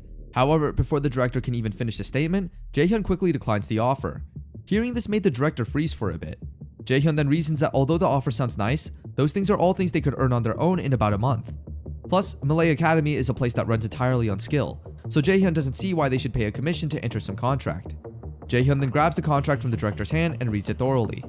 As he reads through it, his speculations are true as it says in the contract that upon entering into a partnership with Malay, as soon as rating begins, for as long as 5 years, 30% of Jaehyun's party's commission will be donated to the school. Jaehyun then tells the director that the contract seems more like a trick than a treat. Now that his schemes have been exposed, the director somehow couldn't talk for a minute. He then went on to explain that if that is how the party sees it, then it can't be helped since no one is really forcing them to sign any contract. When Ina and Yugong were asked if they thought otherwise, the two then immediately stated that they thought they'd have to pass as well. Hearing this made the director insanely frustrated. He then went on to say that it's really such a shame considering it was the best offer he could give. Now that the director is so desperate, he then uses his manipulation skills to make the three follow his orders. However, Jaehyun already knows that the director would definitely use such a trick. That's why he has been prepared since earlier. As the manipulation effect starts to take effect, using his passive of Hell's Blessing, Jaehyun is able to remove all negative status effects. Seeing that Jaehyun wasn't affected by his skill, the director is so speechless about his new discovery. Now that their business is already finished, Jaehyun says that they'll be going now. To make it even more beneficial to Jaehyun, using his newly acquired blank card, he's now able to acquire a new active skill, which is none other than the director's Brainwash. According to the skill's information, Brainwash invades the mind of a weaker opponent to take control of their actions. If the opponent willingly enters a master-servant relationship, the skill turns into subordination. With that said, Jaehyun and the others will now go on their way. As the three left the room, the director also asked Mr. Kim to leave him by himself. The director can't seem to believe that a mere freshman is able to resist his inborn skill. This makes the director even more intrigued. When they were already outside, Jaehyun asked Ina and Yugong if they were really okay with rejecting the director's offer. Yugong admitted that sure, she was enticed at first, but after hearing Jaehyun's thoughts on it, she realized that he was right. It was so obvious that the director targeted them with his sweet talk because they were still young and could easily be swindled. Ina also shared her thoughts, stating that the contract was troubling to her as well, and that's why she also thinks that it was a good decision to reject it. Importantly, if they were to start out in a privileged position, that would be damaging to others. Even if it takes longer, they should earn everything on their own, Ina says. Jaehyun then realizes that the Ina he knows now is totally different from the cold-hearted Ina he knew before his return. That said, Jaehyun is glad to hear his party's take on the offer. Besides that, he was also secretly hoping that the two would reject it as well, which he did. And to think that the director is already off right at the beginning, they made the right decision. For Yugong, the director's expression was so shady, and Ina also feels uneasy as well. Ina then went on to say that it was the first event of the semester, and many bad things had already happened, but neither Mr. Kim nor the director said a single word about it. Inside Jaehyun's head, Ina sure doesn't miss much. Ina then asks Jaehyun out of nowhere if he knows something about the director that they don't, considering he was strangely aggressive towards the head. Yugong tries to persuade Jaehyun to tell them. However, Jaehyun states that he thinks he can't do it now, considering he is still unsure about it. But he did tell the two not to trust anyone that easily, even if it's the director or Mr. Kim. With that said, since it's already dark, the party would need to say goodnight and part ways already. However, Yugong feels this romantic tension between Jaehyun and Ina, which Jaehyun quickly cuts off. As they parted ways, Jaehyun went to his dorm room where all the bad memories of his past life had been kept, but he'd instead not go through that hell ever again. After the dreadful freshman hunt, Jaehyun, Ina, and Yugong finally had their well-deserved rest. However, the next day, Jaehyun is seen working out once again. After a good amount of warm-up, he stopped and decided that it was time to go back to his dorm and finally get ready. As he walks down the park, he starts to visualize if his first class in this life is the same as it was in the past. But it seems like such a thing would never happen again. As he enters the room, everyone murmurs in excitement. Then after a few minutes, Jiyeon Kim comes out of nowhere and introduces herself as the instructor for the foundations of Mana Adaption 1. Jaehyun has little to no memories of the said instructor from his past life. That's why he'll make sure to keep an eye on her while he can. But he feels like Jiyeon Kim would be one of the instructors that would quit Malay in the future. Many instructors have been struggling to teach in the academy, and that's a known fact among the awakened. And Jaehyun pretty much knows that it is because of the chief director. Kim then tells everyone that most of them might feel that something's amiss considering they are not doing their first class in a traditional classroom. It seems like Kim would be testing the kids' mana sensitivity using a mana-like cube space. Everyone is scared to enter the room, considering they all know that they will never survive such a current. However, Kim then tells everyone that the mana cube is a neutralized one made by the school. It's a customized version of mana cubes that's typically found in guilds. Since Kim knows it will be impossible for students such as themselves to be able to survive the real mana cube, it's divided into smaller rooms. The first room has a mana concentration similar to that of air. The farther down the student goes, the more concentrated the rooms get. Typically, freshman cadets are able to reach room 3 while graduates reach 7. With that said, Kim then tells everyone to form a line and follow her as they all enter the said cube. Some of the students started to feel uneasy right away. As they got deeper and deeper, Jaehyun, Ina, and Yugong and another student ended up remaining. This amazes Miss Kim very much, considering the 4 of them are also the highest ones during the freshman hunt. However, as the 4 continued to go deeper and deeper, Yugong and Soohyuk ended up giving up and leaving the room. Then, after just a few more minutes, Ina then followed them. But before that, she first poured all her emotions towards Jaehyun. She states that she doesn't want to lose. All her life, people around her always said the same thing. Only the powerful will survive this world. Even with talent in magic, she will have no choice but to bow down to brawlers. She grew up thinking that the weak have no future, and that this is the only place she could possibly be recognized. But it seems like she lost again. and not by brawlers, but by a fellow mage like her. Jaehyun then wonders how she can possibly call such a thing a loss, considering she has gone farther than others.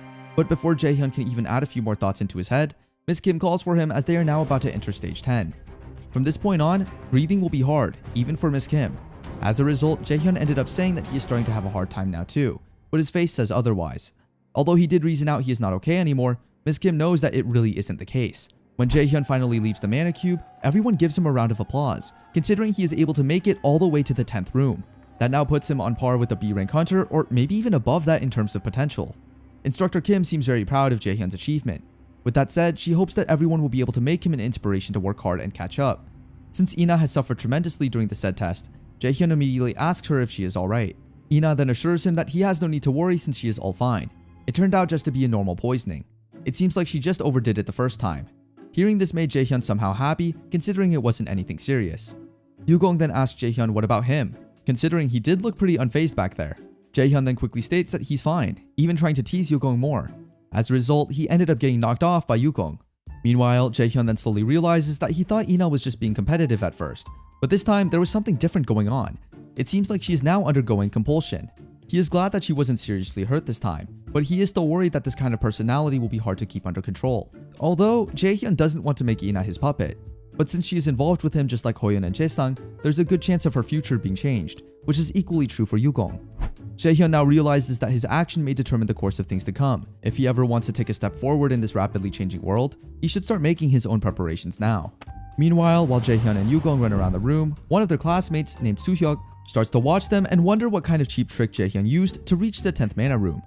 Then one of their classmates named Minsu stops him from daydreaming. Soo-hyuk then asks Minsu more about Jaehyun.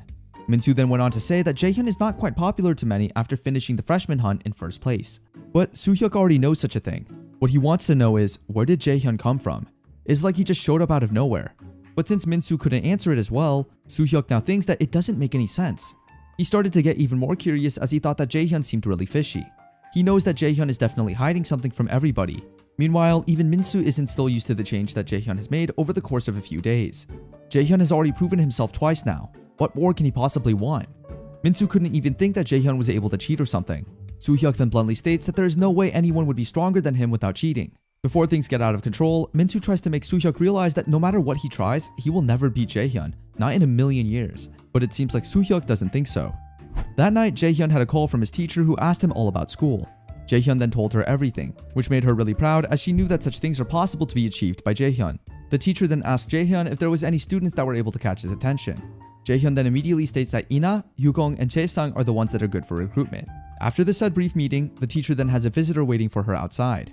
As they speak, the visitor then states that although she is not supposed to get right into it immediately, she thinks that it is better to leave out any talks that would waste their time. It turns out that she wants to buy Jaehyun to join her guild, but it seems like no one wants to give up such a talented kid. Jaehyun's teacher then quickly shuts her off, stating that unfortunately, Manhwa doesn't think of its members in terms of money. That's why the visitor should ask somewhere else. The visitor then asks if Jaehyun's teacher thinks that Jaehyun would be of the same mind. She then explains that there are some things in the world that money can't buy, and one of those is Jaehyun. With that said, the visitor already knew that she would never get Jaehyun this way anyway. That's why with a wide grin on her face, she stands up and tells Jaehyun's teacher that she wants to pay her the courtesy of coming to talk to her first. But it seems like the courtesy of the visitor makes Jaehyun's teacher's stomach go bad. That said, the visitor now has decided to leave as she gets the sense that no one in particular wishes for her to stay and chat. Jaehyun's teacher then commends her to be able to read people that easily. Then the visitor says that that's pretty much one of a merchant's virtues. Back at the Malay Academy, the next day, the day of the stamina test, begins. But it seems like Jaehyun's stamina still lacks and doesn't match up with the genius brawler Hoyeon's stamina, but he still thinks that second place isn't that bad either. He also feels like there's no need to rush yet. But still, he hasn't been reaching his goals. Meanwhile, Yugong starts to wonder how he has been doing all these things, and to think that he, a mage raider, falls second behind Hoyeon, the prodigy. And the fact that it is a stamina test even makes Yugong even more confused, as she thinks that it doesn't make any sense at all. Jaehyun then reasons that it shouldn't be that surprising since, after all, he was a brawler at first too. He also stated that she shouldn't focus solely on magic change, knowing that no matter what, physical health is still important, and his statement makes Yugong very furious. Mr. Kim, on the other hand, realizes that what the director said to him regarding Jaehyun might be really true, considering Jaehyun's endurance is completely unlike that of a mage. Mr. Kim even starts to wonder just what Jaehyun is playing at. Then the ringing of the bell alerted everyone that it was time for their next class, which meant that it was now time for their second stamina test. Next up is a test of their evasive skills in the AR room. Now it's the time before Jaehyun's return. This is the one that puts countless cadets to the test and pushes them to their limits. Mr. Kim then announces that the place is equipped with the very best Malay Academy has to offer as a technologically advanced academy. With that said, Mr. Kim then presented them with the AR test room. This room is the place where the cadets will be performing their evasive skills test. Yugong then wonders why it is a skill test. Mr. Kim then explains that standing before everyone else is the AR battle evaluation system. To put it simply, its purpose is to help the students improve their skills by battling virtual enemies in the augmented reality. Hearing this made Jaehyun think that the task wouldn't be that easy. Then Mr. Kim continued to explain that originally, the students would have to defeat monsters spawned by drones while looking for patterns in the system. However, right now, they are just testing their stamina, so the focus will be on evaluating their evasive skills rather than their killing skills. Of course, they will be rewarded extra points in case they ever do kill a monster, so Mr. Kim reminds the student to keep that in mind as well. Jaehyun then thought that it should be reasonable. On a fundamental level, raiders are those who fight monsters and uncover artifacts like armor and potions. A raider who doesn't attack can hardly be called a raider at all. That said, Mr. Kim then hands everyone an earphone-looking thing. Yugong then wonders what it is. Then Jaehyun explains that it is a kind of receiver. It's a device that assists the battle system in forming an artificial reality. Mr. Kim then tells how amazed he is at the fact that Jaehyun already knows about such things. Mr. Kim then continues by saying that the receiver helps to create an augmented reality where the students will have to be tested for their skills. The device stimulates the brain to make the students feel as if the monsters reproduced by projectors actually exist. Inside the AR battle system, projectors are attached to drones overlaying realistic backgrounds with three-dimensional images to reproduce monsters that seem like the real deal. If you're wondering what the point of this device is, it is simply for safety. The system reproduces monsters, but since those monsters are ultimately virtual, there's no danger of being hurt. The brainwave stimulus induced by the receiver will manifest about a fifth of the opponent's attack damage. But the purpose of this device isn't just to stir the students up, but rather to instill them with an appropriate measure of worry. This way, the academy will be able to make sure that the students will be able to increase their future chances of surviving dungeons. The AR system allows them to set their level from 1 to 100, but today, they will only be evaluating the performance up to level 10. For the test, each team will have 4 members. Mr. Kim then starts announcing each team. Team 3 is composed of 2 brawlers and 2 mages. Inside Team 3, Soohyuk and Jaehyun are seen together. Immediately, Soohyuk starts to ask Jaehyun questions here and there. Soohyuk then bluntly states that Jaehyun winning the freshman hunt first place doesn't make any sense to him at all, as he thinks there's no way possible a mage could ever finish in the first place. Soohyuk even thinks that there might be some special reasons. With an intense glare in his eyes, Soohyuk then asks Jaehyun if he cares to let him in on a secret. With an emotionless expression, Jaehyun tells Soohyuk what if he doesn't have any secret to tell. Then confidently, Soohyuk tells him that he'll just have to find and expose it himself, even if that means through a show of force. Now it's just a matter of time before we witness Soohyuk and Jaehyun fighting their lives out. Jaehyun quickly tells Soohyuk that at least he should have just told him right away that that is what he really wanted. Soohyuk then tells him that he is also glad Jaehyun is able to get it right away. Their other teammates then start to wonder what's wrong between the two, if ever they still know they are on the same team. That's why one of their teammates tried to stop them. But then, Mr. Kim calls them as it is now their turn to make their way to the battlefield. As they make their way to the battlefield, the first step of the AR room evasive test will commence in 5 seconds. After 5 seconds, skeleton warriors started to spawn. As these blue glowing skeletons start to roam around, first, the team should get some distance. However, the whole team is in shock as Jaehyun rushes toward the enemy immediately. Even Soohyuk wonders what the hell Jaehyun is doing and knows that never in history has a mage taken the lead for the team. However, inside Jaehyun's mind, since Soohyuk is still trying to start something, he has no choice but to show off the extent of his skills here and now. As Jaehyun got closer to the enemy, his teammates were in awe as they witnessed how Jaehyun annihilated the enemy with one blow. Even Mr. Kim and the others outside the classroom are also in shock that a mage is able to kill an enemy in close combat.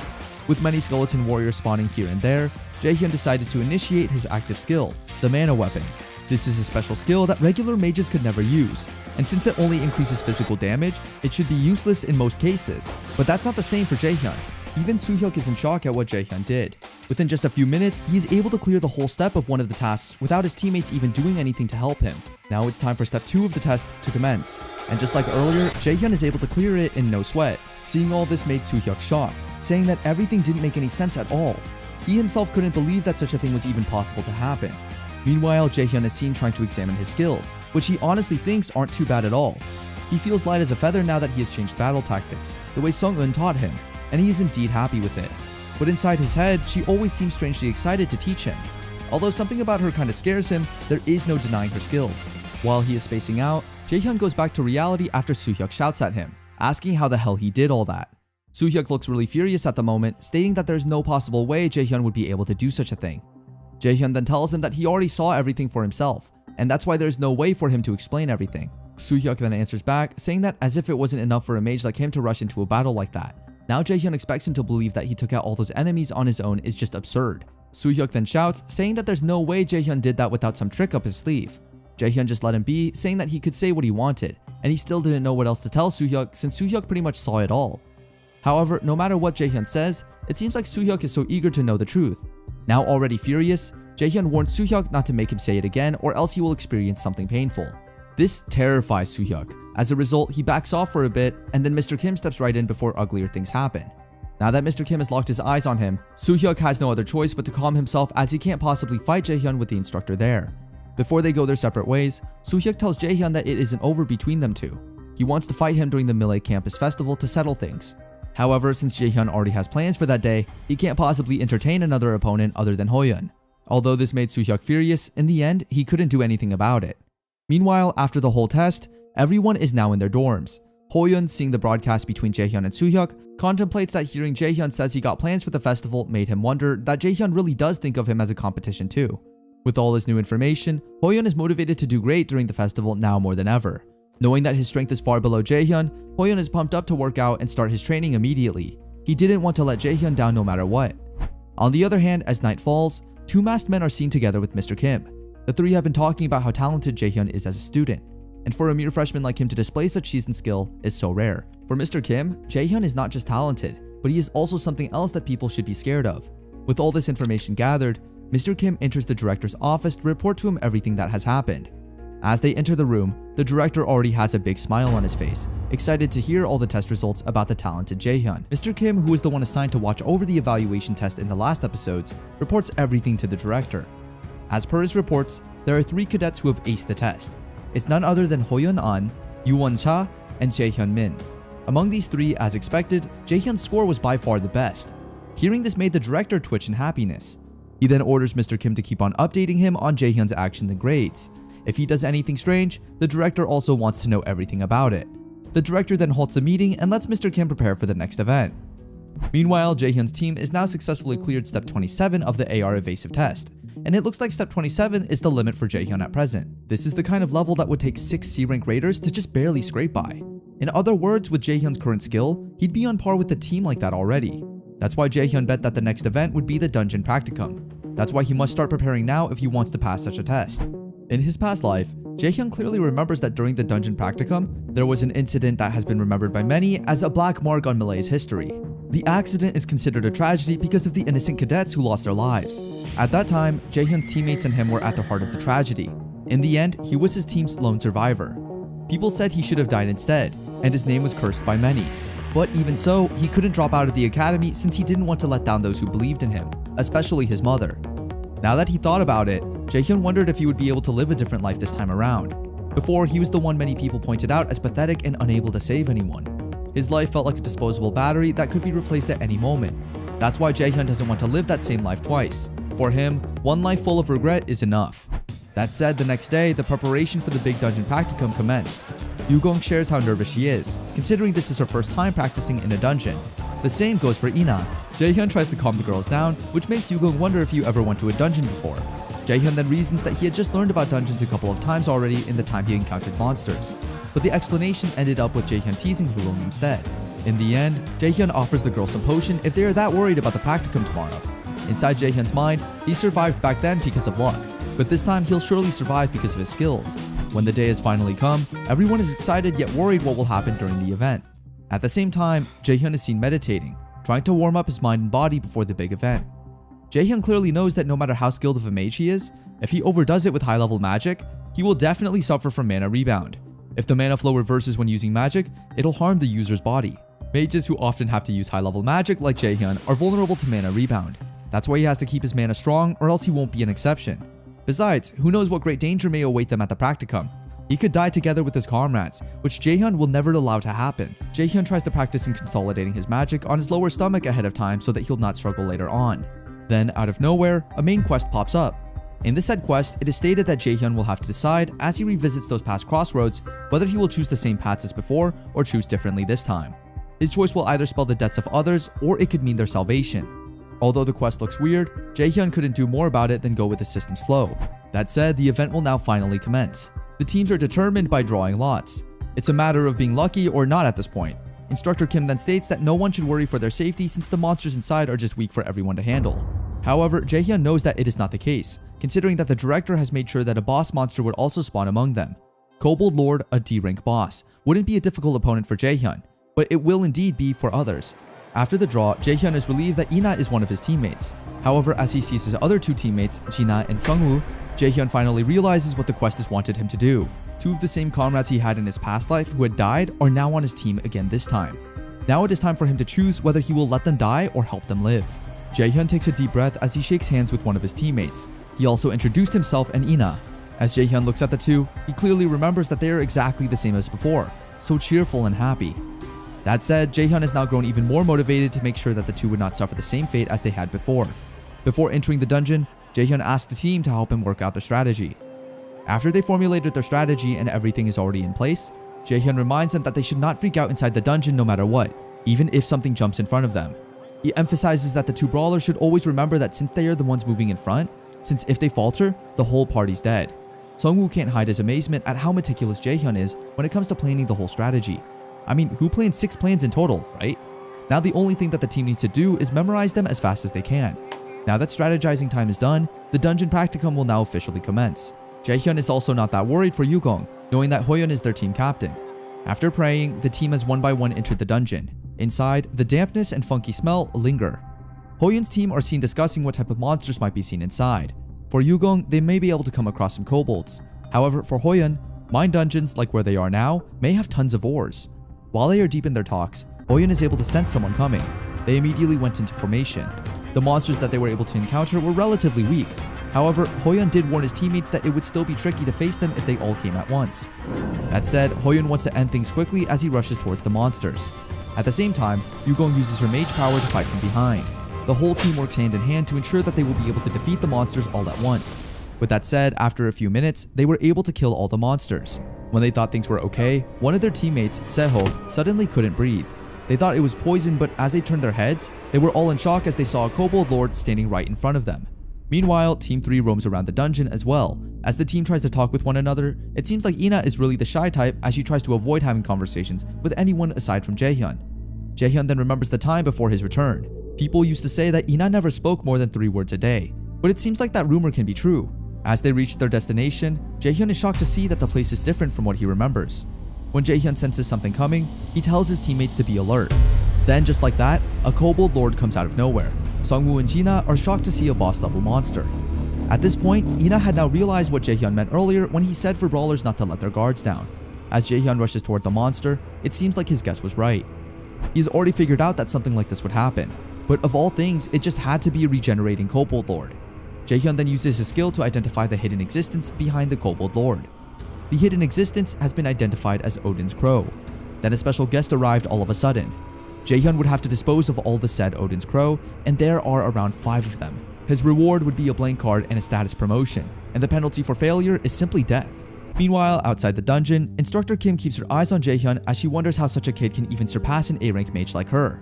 Even she can't fight the same way as Jaehyun. Just by the looks of it, Team 3 for sure will be claiming first in the dungeon practicum, and there's no surprise on that. Then the dungeon gates open all of a sudden, and Instructor Kim seems to wonder what it could be. Then Yugong rushes towards her, stating that there is an emergency. Even Instructor Kim is shocked after she hears that there is a kobold lord inside.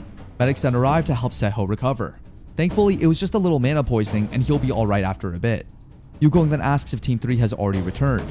After hearing that they haven't yet, it seems like Hoyeon is also worried about the other team's well-being. But they still remain positive, thinking that with Jaehyun's skills and Ina's, they should have made it through in no time at all. Now that things have gone way out of control, Instructor Kim then calls the director to tell him about the situation. Little did she know that it was all his doing. She informs him that there is a presence of a B-rank monster in the dungeon and that they need emergency backup as fast as possible. However, instead of worrying, the director instead started laughing as if it was just nothing to worry about. Even Instructor Kim got weirded out by the director's behavior, thinking that there was something that was not right. But she did hope that support would come. Meanwhile, Jaehyun and his team continuously fight with the said monster. It is known that Odin has 2 crows, Ugin, which are emotion and thought, and Munin, which is memory. Odin gathered all kinds of worldly knowledge and used it to rule Asgard. As such, the said monster is one of the followers of Odin. That said, the magic that Jaehyun is currently feeling is B rank at the very least. To make matters worse, it's a regenerating kobold lord. Even Jaehyun thought that perhaps they should just flee, which is something ideal. However, that is what he always used to do before, cowardly hiding behind the excuse of self-preservation. But in the end, his life was filled with regret, day after day. That's why Jaehyun would never waste a second chance. He doesn't care if it's just a test. This time, he will be the protector. That said, Jaehyun tells his teammates to get out of the dungeon as soon as possible, while he holds the Kobold Lord off. Sungwoo even got confused by Jaehyun's comments, as he doesn't know how will Jaehyun be able to fight such a thing by himself. But Jaehyun starts shouting at him, saying that they should just leave since he can't fight while also protecting them all. However, Ina decided to stay with Jaehyun, stating that she could help as well. Seeing the determination in Ina's eyes, Jaehyun knows that a no for an answer would not be taken. That said, Jaehyun decided to make Ina stay while the two returned to the entrance and informed the instructor about what was going on. Although the two didn't really want to leave, Jaehyun asked them to really do so. So, in the end, they ended up agreeing with Jaehyun's orders. That leaves Ina and Jaehyun alone together as they face the monster on their own. Using her holy sword power, Ina will take cover for Jaehyun as he rushes toward the monster, attacking it from the front. With his continued attacks, Jaehyun is able to notice that the monster's body is slowly melting. Seeing this made Jaehyun realize that there is indeed a limit to how much magic a body can contain. It means that some bastard is controlling it, and they are forcing more magic into its body than it can handle. That said, using his detect magic skill, Jaehyun is now able to perceive the movement of energies manifesting from magic using entities much more clearly. Now that he has already found out who the controller is, Jaehyun will make sure to tear it to shreds. Meanwhile, in a far, far away place, Hugin has reported that the crows uncovered the location of Mistletoe, the sword that disappeared from the god's storehouse. Midgard then asks where it is located. One of the gods named Mimir then states that it appears to be in the hand of the prophesied Defiant One, aka Jaehyun. As Midgard seems to be a little worried of what is going to happen, Thor then tells her not to worry, considering they have made a pact with the rebels anyways. Then one of the gods tells Thor that he seems to be forgetting how they lost Baldur in the last war, and what slew him was that branch of mistletoe Mistletoe. That said, Hugin is then asked to inquire into whether the Defiant One has made contact with the rebel god's forces, which Hugin agrees to immediately. Meanwhile, back at the director's office, Mr. Kim is seen reporting that nobody has noticed the director's schemes. With an evil smirk, the director is happy that he has borrowed the power from the said higher-ups. Inside the director's head, no matter how arrogant Jaehyun may be, eventually he will fall into his hands since all that he does is for Odin and the Aesir. Back to Jaehyun and Ina, no matter how many tries, Jaehyun doesn't stop at attacking and hopes that the controller's magic will eventually fall off. Through each of their attacks, Ina and Jaehyun make sure they execute each attack with precision and good strategy. However, there was one time when Ina felt like she was about to burst. At this point, Jaehyun now realizes that Ina must have known about the said mana rebound. Even if Jaehyun brings down the Kobold Lord, there's a good chance she could die. But even knowing that, she is still willing to help. This made Jaehyun question why. This is his second chance. He promises himself that he wouldn't trust anyone anymore because the world has now become so petty and harsh only towards the weak. But now, there's only one chance, and that chance will be granted once the Kobold is taken down for good. As Jaehyun tries his best to defeat the monster, so is Ina. Although she now trembles as her body gets slowly weaker and weaker with each of her magical incantations, she still keeps on covering for Jaehyun. Meanwhile, Jaehyun tries to kill the monster in one go. As per Jaehyun, someone has told him that there is nothing as tragic as dying because one couldn't trust his comrades. That's why, starting now, he will prove that he wasn't wrong. Seeing how dedicated and fearless Jaehyun is, Ina can't help but be amazed. And to think that Jaehyun used such a movement skill really makes him even cooler. His mana control must be incredibly fine-tuned for that to be possible. With that said, using all the skills he learned from training, Jaehyun tries to move as fast as he can, trying to surpass the monster's speed. Although Ina seems to be a little worried for Jaehyun's safety, Jaehyun is still able to finish the fight once and for all. Now that the Kobold Lord has fallen down, it is time for Jaehyun to see the mug for himself. As he moves closer to the said controller, he asks what Odin is trying to accomplish. Since the controller doesn't even say a word, using his powerful skills, Jaehyun makes him speak forcefully. Again, he asks what is the connection between Chang-gu, the school director, and Odin. However, as the controller looks into his eyes, Jaehyun realizes that he has no intellect at all. That's why there's no point in pressing harder on it. Meanwhile, Ina starts to shout for Jaehyun's name, as she is now so worried about his safety. Jaehyun then shouts at her, saying that it is not over yet, so she needs to watch out for the mana rebound. However, it seems like Jaehyun's warning was already too late as impure mana starts building up inside both Ina and his body. Both of them started to feel a tight squeeze at their chest. As the palpitation of their power rushes all over their body, thankfully, just in time, their clean mana is now purifying the impure ones inside. Then, a white flash starts to cover the place where the mana application of the user is passively increased by 5%. After such a roller coaster ride, finally for the nth time, they have now reached the end of the fight. Jaehyun pants extensively. As he looks at his screen, he sees that he has now succeeded in killing the first crow for the special quest, Crow Hunter.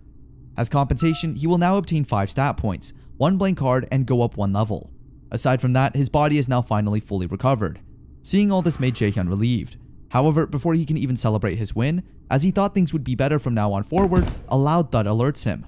A warning then flashes on the screen, saying that a member of his group is in critical condition. Seeing this made him panic as hell. That's when he notices that Ina has been lying down on the ground now, maybe because of exhaustion. The system then informs him that without immediate healing, Ina has a great chance of dying. Seeing this made him even more petrified. Now it's just a matter of time before we know if Ina will ever survive such a challenge. That's all we have for today. Don't forget to subscribe so you'll be notified if we upload part 10 of the series. Until next time, bye!